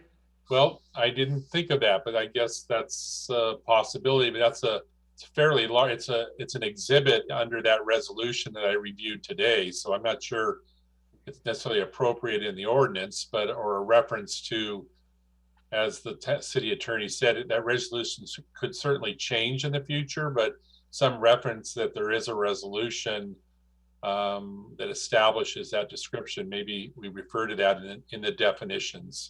I think hold on, Steve. What I remember in the community conversation is we did not define explicitly what the benefit is, because it could absolutely change based on whatever the application or project is. So it could be a parking benefit. It could be access to the public on a private property benefit. It could be any number of things. So we did not want to explicitly define, you must do this as a community benefit to qualify. So that might be why it's not in the definitions. Steve? And yeah, that's why it was also adopted by resolution rather than ordinance, because it gives more flexibility to amend it over time if certain qualities want to be included in that. And just as a practice, I'd say we don't reference resolutions in the zoning ordinance. This would be one case of that. I personally would be hesitant to select one item to refer to a resolution when we don't otherwise. And the statement here that it may be provided by example gives an applicant direction that they should check, and staff would provide that information. And that's what I remember now that you say that, Sandra, that's the whole point of staff being there for support. Is somebody asks, what's a community benefit that we can apply here? And you give examples. And it would vary based on what the project is. So it could be very customized to the project. Steve? My point is the council has approved a resolution, and to your all's point, it's not specific. It's going to be defined by the project and what the applicant's willing to do. I think the appropriate thing here to do is not necessarily reference, but make sure in the sentence that it does allude to the community benefit as defined by resolution, and let's leave it at that. And that way they know that they need to discuss with staff, and staff can bring that up. And I think that will address what Councilmember Knight's alluding to, because there are several other things that the council also adopts and can modify over time by resolution in the course of the Zodo. So this isn't the only thing, but I think in this particular case, and again, on this particular case, this is meant to be guidance, and then the council is going to determine on any application coming forward if what the applicant has proposed is adequate and appropriate community benefit. Staff will not. Mayor, I accept the town manager's what he said. So I guess I'd just be looking for at some point staff to just clarify that single sentence, not identifying necessarily a resolution, but advising someone that there is information they can glean from staff that will give them more information, however we correct that sentence. It seems that the second reference on 46 is the better language that could be replicated in to correct the typo on the top of 43. I agree. So with that additional edit, do we have any further discussion or action? Councilor Dornbecker?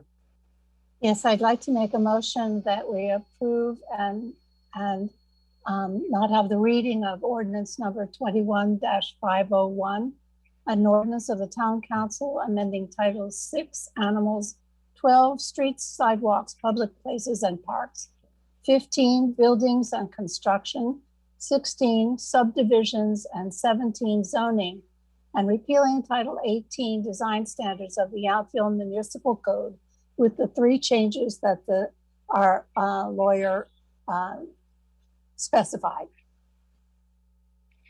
And I think we made a 4th with that last language. So we have the 4 edits. Oh, I beg your pardon, the 4th. Thank you for that motion, Councilmember Dornbecker. Second. I'll second. I believe I heard Councilmember Knight with the second. And before we vote on this, so I don't forget, a huge thank you to Sandra, Daniel, Bob, Kimberly Cook, Stephen Miller from our ZDRB, Vice Mayor Dorman, thanks to everyone. And then all the other staff that we managed to wrangle into this process as we went along with questions, comments, and really significant cleaning up. Doesn't even do it justice. The format alone was significant to update and to tighten up, but the content, a lot of content that was no longer appropriate or very poorly worded. No one understood why it was in there. Just a much more efficient and workable package of laws for us and for staff, and also for any applicant that needs to apply for, or a resident for that matter. So I just wanted to say thank you to everyone that's been a part of this. With that, let's go for a roll call vote, please. Michelle. Thank you, Mayor. Councilmember Dornbecker. We cannot hear you, Councilmember Dornbecker. I would also just like to add my thanks to Mr. Brown and Sandra especially, and also the Vice Mayor and the Mayor, and the members of the Zoning and Design Review. Everybody worked on this. This kind of thing is really dense, and I would like to, I vote for it, yes. Councilmember Knight.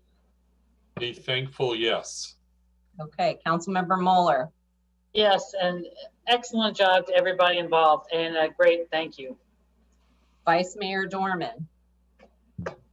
Well, I'm really torn, but HE, hockey sticks, yes. Good. Mayor Dunbar. Yes. That passes unanimously. Thank you all very much. Let's not do this again for a while. But it was very worthwhile and timely to make these updates and modifications. We are better prepared if the state changes the rules. When the state changes the rules going forward, we'll be much more nimble to be able to respond to that. So thanks everyone for all the work that went into today's vote, and we will final this in a month. So again, Sandra, Bob, thank you very much. Daniel, wherever you are out there, thank you too. Okay, moving on. Mayor, I think the council member Knight had suggested a brief break around 4:30, which we. That's right. You're right.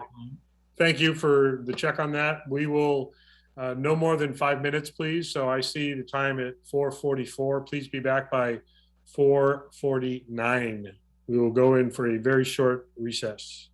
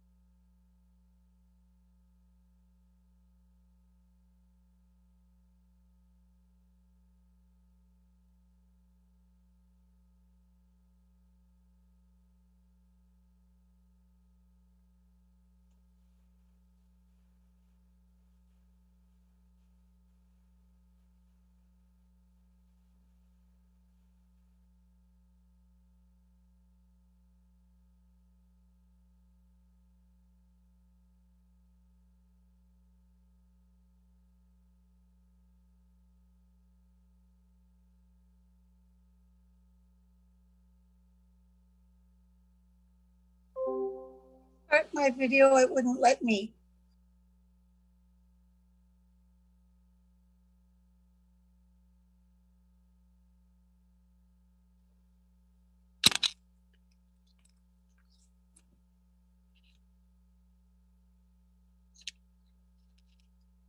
So I heard Councilmember Dornbecker, but I don't see her camera back on yet. As soon as that happens, we can get started.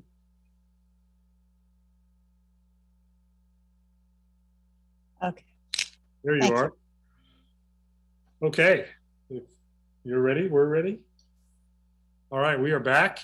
We are going to move on to our administrative item 10A, American Rescue Plan Act. Fund allocation, consider adoption of resolution number 21-4072, approving use of the town's $709,530 allocation of American Rescue Plan Act funds to replace lost revenue for the purpose of providing government services, specifically law enforcement and fire protection, public safety services. And if I could just ask everyone not speaking to mute your microphones. And we will have Celia, looks like you're ready to go. I am. Let's do it. Thank you. Thank you, Mayor. Good afternoon to you and the council members. Today we have for your consideration a resolution to approve the use of the town's allocation of American Rescue Plan Act funds, or ARPA, as it is being called. Staff proposes using this revenue to replace COVID-19 related revenue losses to provide government services, specifically law enforcement and fire protection services. So to briefly recap a few bullet points from the staff report, the American Rescue Plan Act was signed into law by the President on March 11th, 2021. It includes many things, but importantly, emergency federal funding to local governments dealing with COVID-19 related economic impacts. The town's total allocation is $709,530. We have already received the first half of this payment, and the second half is expected to be received by next July.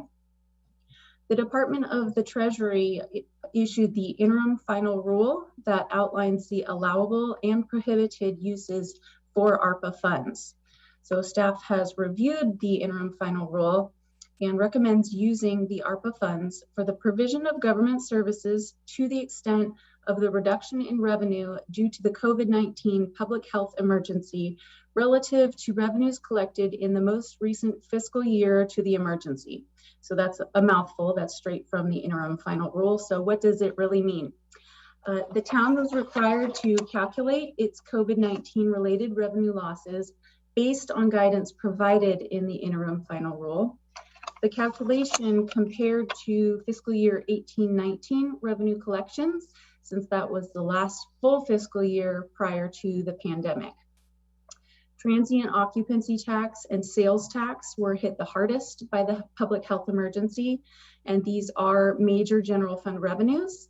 The town's calculated revenue loss for the period of January through December 2020 was $5.9 million. The town council can therefore approve the ARPA revenue to be used for purposes that the lost revenue essentially could have funded. Law enforcement and fire protection services are prime candidates for this use. The combined budget amount for these services is $1.8 million in both fiscal year 2021 and 21-22. The town has current agreements and routine invoices for these services that can easily be provided to the Department of Treasury to satisfy the required ARPA revenue usage reporting that will be due by this October 31st. So that's a quick overview of the staff report and our proposal to the town council. At this point, we would like to address any questions the council might have. Thank you. And did I miss it, or did you reference by when funds must be distributed? Was it 2 years? They have to be obligated by 2024 and fully expended by December 2026. Great, thank you. Questions from the council? Any questions? Vice Mayor? Thank you. Thank you, Director King. So I'm reading in the staff report, I think the use of the funds must be forward-looking and can therefore cover costs incurred after March 3rd, 2021. So that I get and I appreciate that we have invoices for law enforcement and fire, easy to show. So we have invoices that we are paying now. Is that how it's going to work? Yes, we have invoices that have already been paid for law enforcement and fire services that we can submit to the Treasury as the ARPA funds cover those costs. Because these services, maybe the invoices were prior to March 3rd, but the services are ongoing?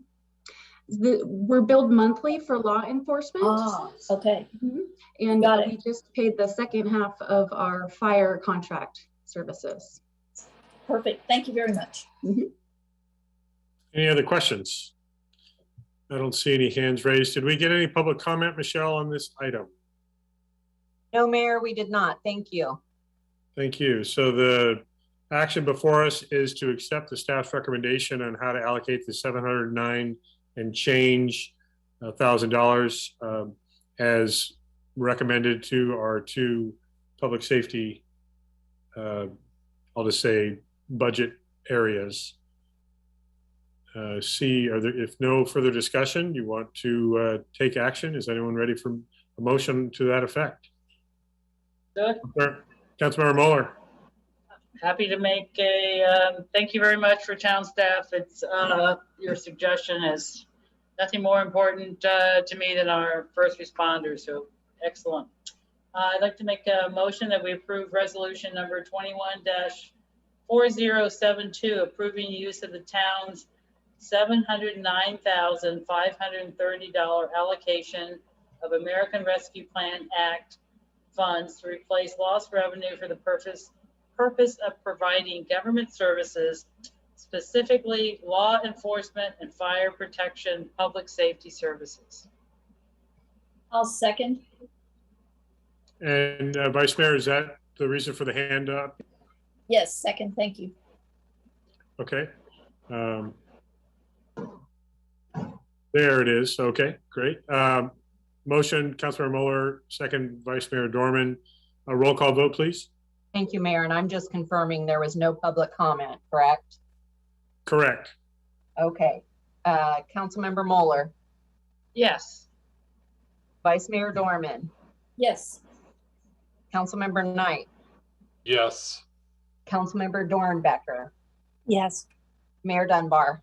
Yes. Thank you. So that passes unanimously. I just want to remind the public also, I think a very important part of that report was the nearly $6 million that the town lost. This does not make us in any way whole. It helps, but almost just over about 12%. I don't know, Celia, you can do that number. Kyle, somewhere in there, 15%, whatever. But not a windfall at all. But we are appreciative of the support from the federal government to help, at least in this small way or reasonably small way, with our public safety. And so thank you to staff for making the recommendations to do that. And thank you to the council for supporting it. Okay, speaking of money, let's move ahead to our preliminary monthly financial report for June 2021, but only if it's good news. Kyle, no pressure, but let's go ahead and hear your report. Awesome. Well, good afternoon, Mayor and council members. So today I'm going to present our preliminary June 2021 report. So this is a preliminary report for June because even though it provides a general idea of where the town's fiscal year 2021 will end, some amounts are subject to change as we finish our fiscal year end processes. So a couple quick examples is our June sales tax amount is not in this report. And May and June TOT tax revenue is also not in this report. So we're expecting those to be fairly healthy. So of course that'll change our final June numbers. Additionally, completing the water true up will determine the true cost of town water purchases. So that will also change. And there's going to be some other minor changes based on some small year-end processes, and also if our auditors suggest any small changes. So we're going to present a finalized version of this June report when all the numbers are finalized and everything has been audited. So that being said, so far for June, there's nothing out of the ordinary to note. Property tax revenues are still strong, and we will end the year above our budgeted amount for that revenue. Sales tax revenues, of course, have been affected by the pandemic. And looking at sales through May, the town is reporting about 83% of our budgeted amount. So our June sales tax amount will help increase as we get a little closer to our budgeted amount. For TOT, revenues collected through April have brought us to about 73% of our adjusted budget amount. But we are expecting a very strong May and June TOT collections. So it'll be interesting to see where we end there. So those are our three main revenues. And for other revenues to note, the town did collect, Celia just mentioned, but we did collect the first portion of our American Rescue Plan. Then we are expecting our second half in July of 2022. And then the Planning Department and Parks and Rec Department saw a healthy June, and they collected a fair amount of revenues related to just routine tasks. And as far as expenditures, everything is looking as expected. But again, there will be some year-end procedures that will continue to post some expenses back to June. And we will continue to review to ensure that departmental budgets remain within their annual budgeted amounts. So that wraps up the quick preliminary June report. Any questions from anybody? So you're holding out on the big numbers for us, I see, with TOT, but hopefully those will be very positive. And just very quickly, again, to both of you, Kyle and Celia, given the conditions that in the last, I'll go and say 16, 18 months, it's been incredible to be able to stay on top of our financial situation and to really be so nimble, not knowing what we were going to see from month to month. And we don't know if this recovery is going to be sustainable or consistent. So, hitting anywhere near forecasting is pretty amazing, and appreciate that you keep us all so updated. We've seen in recent reports about how, with our budget, how accessible that data is in real time for anyone that wants to be paying close attention. So thank you for that. Are there any specific questions of this report from June as we get very close to wrapping up the fiscal year? Don't see any questions. So thank you. I'm also going to assume, being an informational item, we're not going to worry about any public comment that may have come in, Michelle. No public comments. Okay, thank you, Kyle, very much, and Celia. Let's move on to our water conservation update. I believe we may have a short PowerPoint, John, and so let's hear an update, please. Thank you, Mayor and Council. I'm going to share my screen, so bear with me 1 second while I get it up and running. Can everybody see that screen? Yes. Okay, much like Kyle, this is the first of a monthly water report that we're going to start providing on behalf of our water conservation efforts. I'm going to keep it brief, and we're certainly open for questions at the end. So what you're going to see going forward is a month-by-month comparison of last year's water use with the current year's water use. After this particular month, I'm going to have a running total that we update monthly that shows a bar chart that kind of shows the progress. And then we are continuing our outreach and our phased enforcement efforts as far as water use and conservation go. So as new materials become available, this is the format that we would share them in, all with the goal of reducing our use of water from Rector Reservoir to 400 acre feet. So setting the framework, Rector Reservoir is our primary water supply. Prior to this year, our water use from Rector was over, plus 500 acre feet. Now we need to reduce that to 400 acre feet as part of our conservation efforts. That's our current annual goal. If you divide that by 12, you get 33.3 acre feet, but that's not you can't break it down by 12 because of the seasonal variation in the months. The hot months, we have higher use. In the lower months, we have less use, and we'll see that trend form as the months progress. So the good news is from July 2020 to July 2021, we've got a 21.6% reduction in water use. Last year, we were at 56.8 acre feet for this month of 2020. Now we're down to 44.5. Again, the goal of 33.3 is a straight 12-month division. So as we hit November, we hope that that 44.5 drops below the 33.3 mark, and then we are able to hit our average throughout. And in town, you're going to see the drip. Don't be a drip. Do your part to conserve our water. This sample that you see here will be published in the Yountville Sun, and we're going to consistently advertise this theme throughout as we go forward on our conservation efforts. So that was it for my short presentation, and I'm available with any questions. John, thank you very much. Confirm for me if this is a combination of commercial and residential with the numbers you just gave? Correct. It's our entire water base, customer base. Great, thank you. Any additional questions from council? Councilmember Knight? You're still on mute, Councilmember Knight? Yes, I am. Thank you, Mayor. Can you hear me now? Yes. Yes. Thank you. Thank you, John, for your report. Could you provide us with the PowerPoint? Send it to us so we can kind of keep track of them. And also, thank you for that great Google Earth picture of Rector Reservoir. Very cool.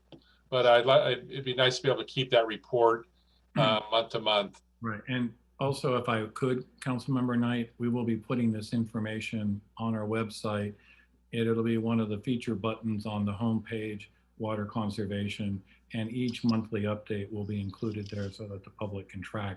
And we're still trying to work out the final details of a somewhat public-facing chart to track our water conservation that we would put on a banner in front of Town Hall. Good, thank you. And maybe just a quick kind of inquiry for John. So I know in our current ordinance, we don't have prohibitions on pool, but we do, I think, in it require an applicant to provide a source of water outside the city to fill their pool. And we have at least one applicant, maybe on Landy, that may need to do that within the next 6 months. But I read recently that the city of Napa passed, I think, an ordinance restricting water sales from out of town. So generally in this process, if we require someone to not use town water, how do we I assume the process is they provide us a source and proof of the water's not coming out of a fire hydrant from Yountville, but coming from some other source where it's a legal source? Yes, when the pool goes through the planning process, we write a condition of approval that number one says the filling of the new pool shall not be used from domestic water from the town of Yountville's distribution system. And we also include a condition that a town of Yountville staff member has to be there when the pool is filled to verify that they're not filling it with town water. And we would verify that the water came from a truck, and the truck, we would want to know the source of the truck. And currently Napa has turned off their truck water supply with some exceptions to residential customers outside the city limits. But there are opportunities to fill a pool they could fill a truck from a well off-site and fill the pool using that. So those are the kind of things that we would be looking for. That's great. Thank you, John, for your report. Absolutely. Yeah, thank you very much. Any other questions of the report? No, thank you. Everyone keep up the good work. That's an impressive number. And I know that, with stay-at-home orders and business closures, just like with our waste hauling, water use gets totally out of normal. But we've been able to maintain some consistency with conservation. Of course, that has a negative impact on revenue coming through the process. But right now, it's about trying to protect our water supply. So thanks to everyone for being a part of that. Don't be a drip. Don't be a drip. All right. Thank you, John, very much for that report. Council meeting reports and comments are next. Let me just click the computer here. Do not have a flood control water conservation report today. Vice Mayor, do we have a Napa Valley Transportation Authority report? Yes, I do. Thank you. Supervisor Pedrosa, Chair of the Napa County Supervisors, also Chair of the MTC, Metropolitan Transportation Commission, announced the first tranche of the ARPA funds coming. 2.3 million is set to come to NVTA to be used in Napa County. We also approved a financing plan for the new maintenance facility. The next steps are we put together 2 or 3 financing sources. Loans have to close.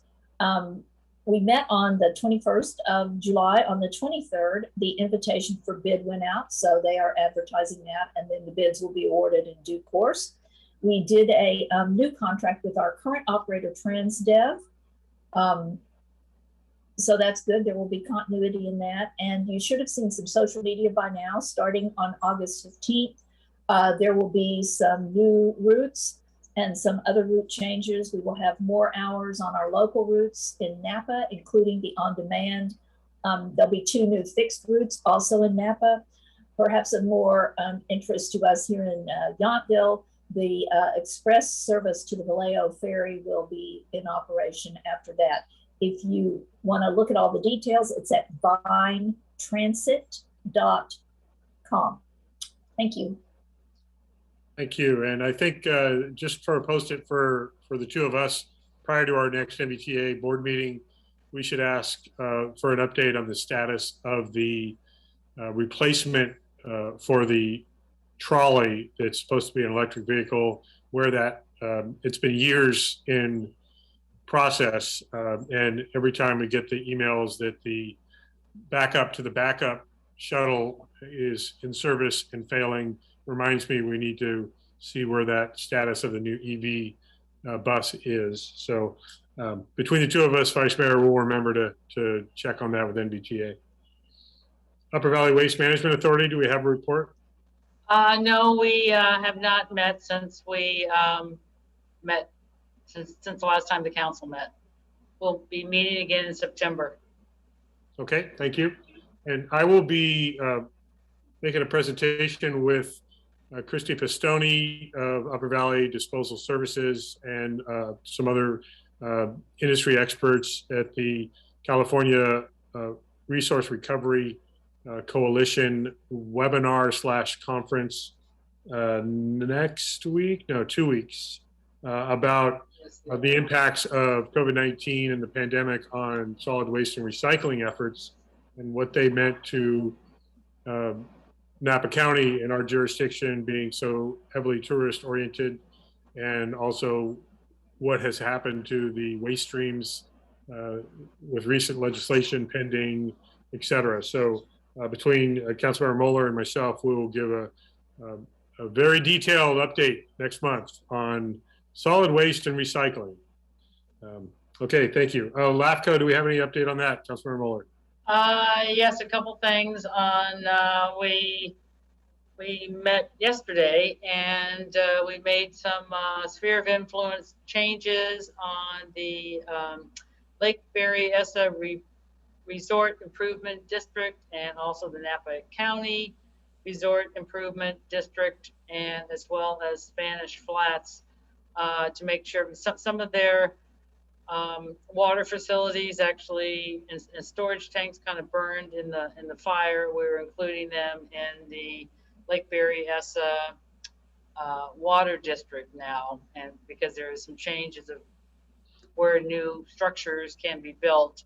Also, you know, during those reviews, we heard that Spanish Flats lost, you know, over 50% of the homes that were in that area, and it's very unlikely that they're probably even going to get rebuilt. We also made a decision to apply for a Cal LAFCO award, and we were going to submit an application under the Mike Gotch Award for the Ag Reserve and all the contributions by Napa County LAFCO and Napa, and specifically our 2 Napa County commissioners on LAFCO, as well as all past and future LAFCO commissioners in support of the ag preserve. You know, maintaining these kind of lands and preventing urban sprawl is exactly the mission that LAFCO serves. So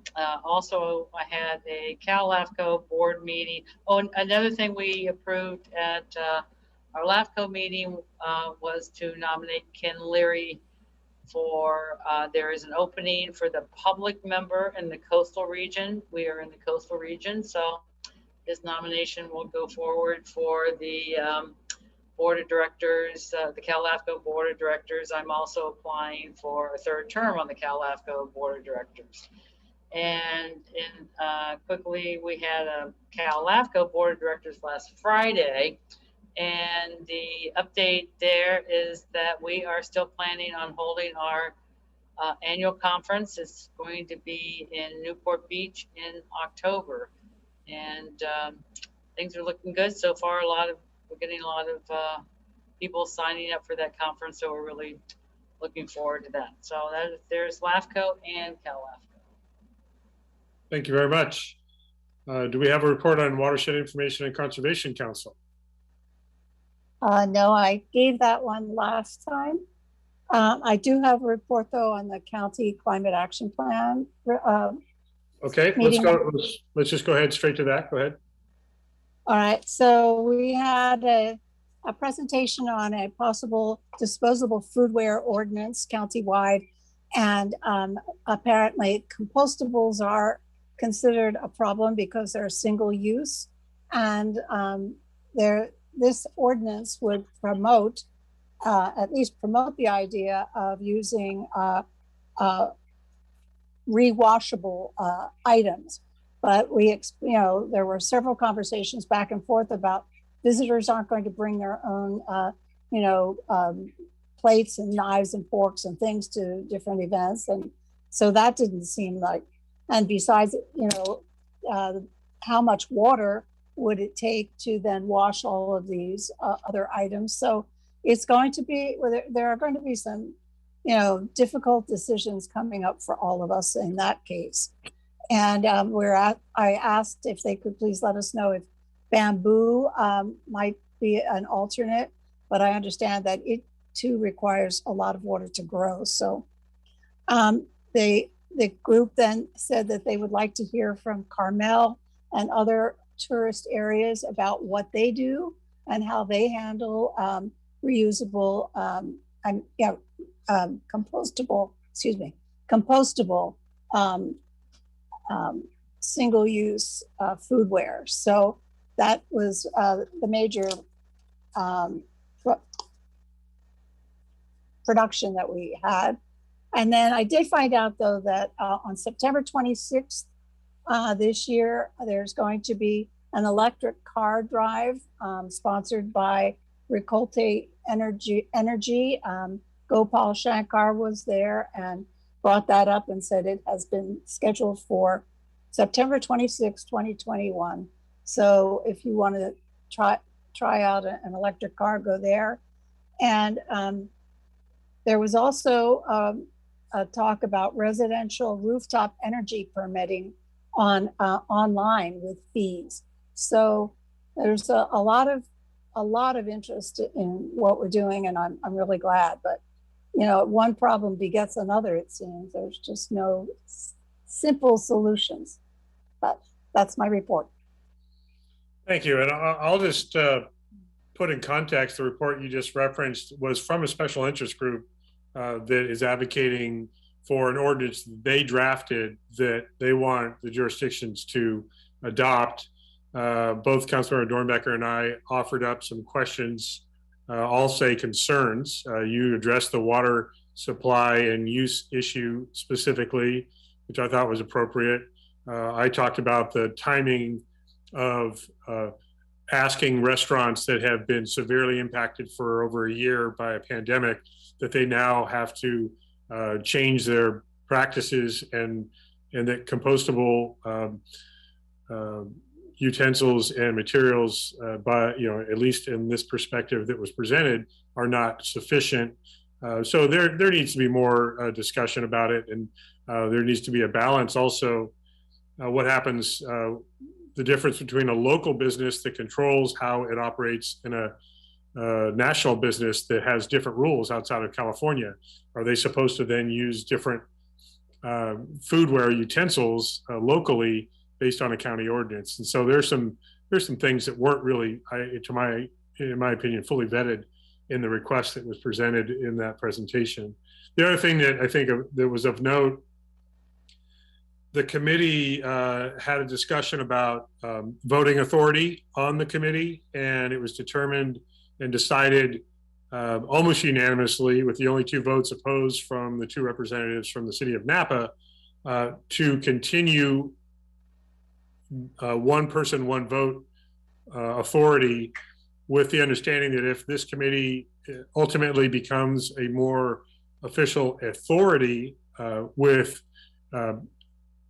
the ability to direct action, like the Napa Valley Transportation Authority does, for example, that there may be weighted voting, recognizing the city of Napa and the county of Napa would, based on our joint powers agreement fee structure, may be warranted a two vote per person power because of the investment that those 2 jurisdictions will be giving to that entity. So we still have 1 person, 1 vote for now and for the immediate future, but that may be reevaluated going forward.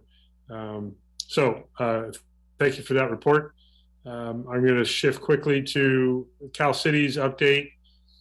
There is a special board meeting that I'll be attending on August 17th, mainly about the governance review that is happening within the organization.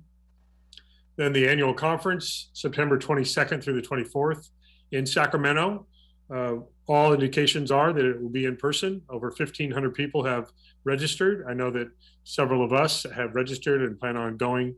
Whatever the safety protocols that will be in place, both in the hotels as well as the Sacramento Convention Center, will be followed. And since it's a month and a half away, we have no clear idea what those are going to be, but it's possible masks will be included. The state legislature is going to be reconvening middle of this month, and so there could be a flurry of activity with legislation that was working its way through the process until they went on recess a few weeks ago. So they'll be coming back mid-August. That will include some of the trailer bills related to the state budget and how the pretty massive windfall of tax revenue is going to be allocated in that budget. So more to learn there. The only other thing that I have a couple things under reports. Do we have any other ad hoc or standing committee reports? Mayor, I just had one question quickly. We received, I guess, for the town council, some mail from cities that have taken particular positions on land use, housing issues. I just wanted to just briefly note, does that create confusion with Cal Cities or as your report you did recently through Cal Cities for legislation, when there's other cities that are taking positions that may differ from the league's position? I'm not sure I understand your question. Is it? There's I know there's a city, we get emails from some cities that are asking cities to pass resolutions and take positions on legislation that, it's my impression, it may be different than the league's position on particular legislation. I just wondered if that creates conflict when you're working in Sacramento to communicate with the legislature. Yes, it does. Yeah, okay. We, as members of the league, 478 of the 482 cities in California try to have a unified message and a unified voice, but you can imagine with nearly 500 voices, they don't all agree.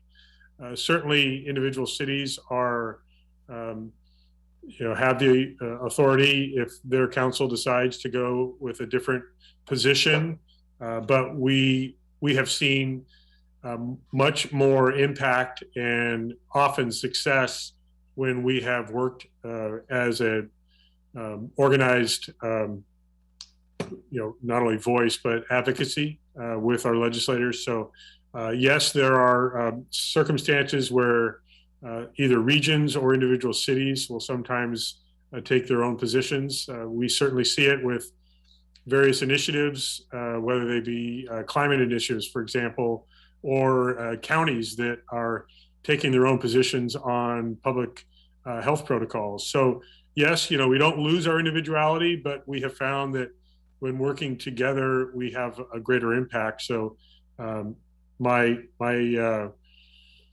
position tends to be supporting all the work that the league does, because they are literally in the offices, in the rooms, in the hearings, advocating for us, understanding we don't all agree 100% all the time. Thank you. Councilmember Mueller? Just quickly, I know the vice mayor and both the mayor were also at the episode 5 of the Cal Cities solid waste roundtable. And just quickly, since I like to track money to help our budget, there are funds that coming from cap and trade that we may be able to use one time for supporting SB 1383. Yountville will get at least 125,000, and we heard that those funds, although not guaranteed, are looking very, very promising. Also, we heard that SB 619, which is a 1-year delay due to COVID on any fines that we have to institute in terms of SB 1383. We haven't heard on that, but we're hopeful that that bill will also pass. All right, I had to go turn my light back on. Okay. Thank you. Sarah almost got there. She almost got there in time. Thank you for that report. No, we're good. I got it back on. We're having good times here in the chambers. We can't wait for that meeting in September when we're all back here to keep the lights moving. Okay, thank you. A couple quick announcements, reports I wanted to offer up, 3 of them actually. Reminder, the V Foundation is here in Yountville for its, I believe, 23rd year. The V Foundation Wine Celebration Week, where they raise millions of dollars for cancer research and related programs. They've raised over $118 million in those 20 plus years they've been coming to Yountville. Not to mention the local economic impact of bringing a few hundred people into town for 4 days. So thank you to the V Foundation as well as the Estate Yountville for hosting them. So you may see some familiar faces out and about Yountville starting as early as tomorrow, but Thursday through Sunday are the main events. Also, I wanted to recognize, I know that Vice Mayor Dorman was very involved in this as well. Some Yountville Little Leaguers went up to Borman Field on Monday and faced off with the Mixed Nuts, resident veterans softball. So we had Little Leaguers with baseball background, and we had the Mixed Nuts with softball background. They negotiated to use softballs for a short game, and whether or not I helped after, I will say it was a perfect strike for the ceremonial first pitch, and the Vice Mayor, I believe, can confirm that. Thank you for the head nod. Then I tried to act like I could still play softball with the Little Leaguers, and we battled the Mixed Nuts to a very dramatic 20-20 tie. And so I just want to acknowledge all of the residents that play on the Mixed Nuts, Jason and the other coaches that brought the Little Leaguers out. It was a lot of fun to see the multi-generational ball game. We had a nice turnout of fans. And I want to thank Jennifer Brewstar and the Tug McGraw Foundation also for helping coordinate and make that all happen. Vice Mayor did a fine job being one of the MCs out there, announcers at the game. So thank you for that. Only a mild hamstring pull was the outcome for me. The last thing I wanted to mention on a little bit more of a serious note, we are coming up on 20 years since the attacks of 9/11 in New York and Philadelphia. I think everyone knows that we have done a remembrance every year since unveiling the World Trade Center artifact that we have here at our Yountville Community Center Plaza. And when we unveiled that, the 10th anniversary, 10 years ago.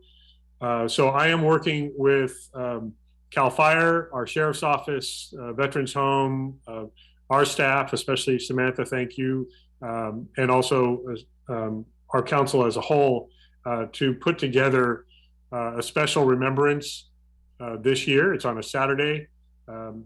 Again, you may know that I've always timed the remembrance in the morning at 7:28 a.m., which is the time in New York the North Tower collapsed. And so we are planning a program that will begin at 7 a.m. on Saturday, September 11th.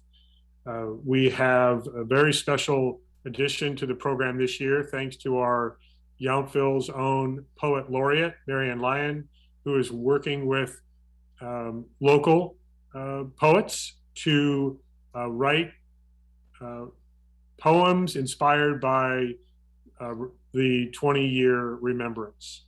And so she is putting together a collection of any of those writings that are submitted to her by September 1st. And we're working with Samantha to best display those poems as part of the program, and also potentially to display them for some time after that Saturday program, and inviting folks to actually come and recite those poems live as part of the program as well. We have some other components of the program that we will keep special to ourselves for now, but know that we are planning a very special remembrance, and we are coordinating with the City of Napa. I want to thank Councilmember Bernie Narvaez for being the point person in Napa, I believe, along with Liz Alessio. And so we are coordinating. They have an 11 a.m. Ceremony. I believe American Canyon is also doing an 11 a.m. ceremony.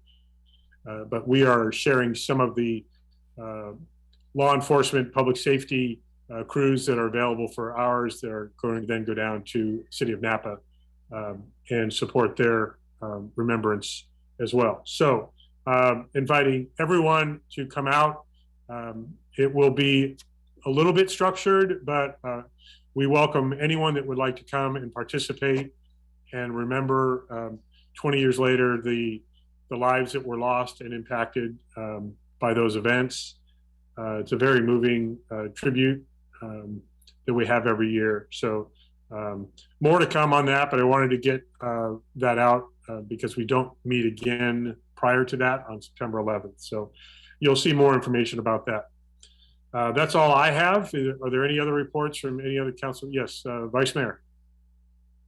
Thank you. And really, thank you, Mayor, for doing that every year. It's very, very special.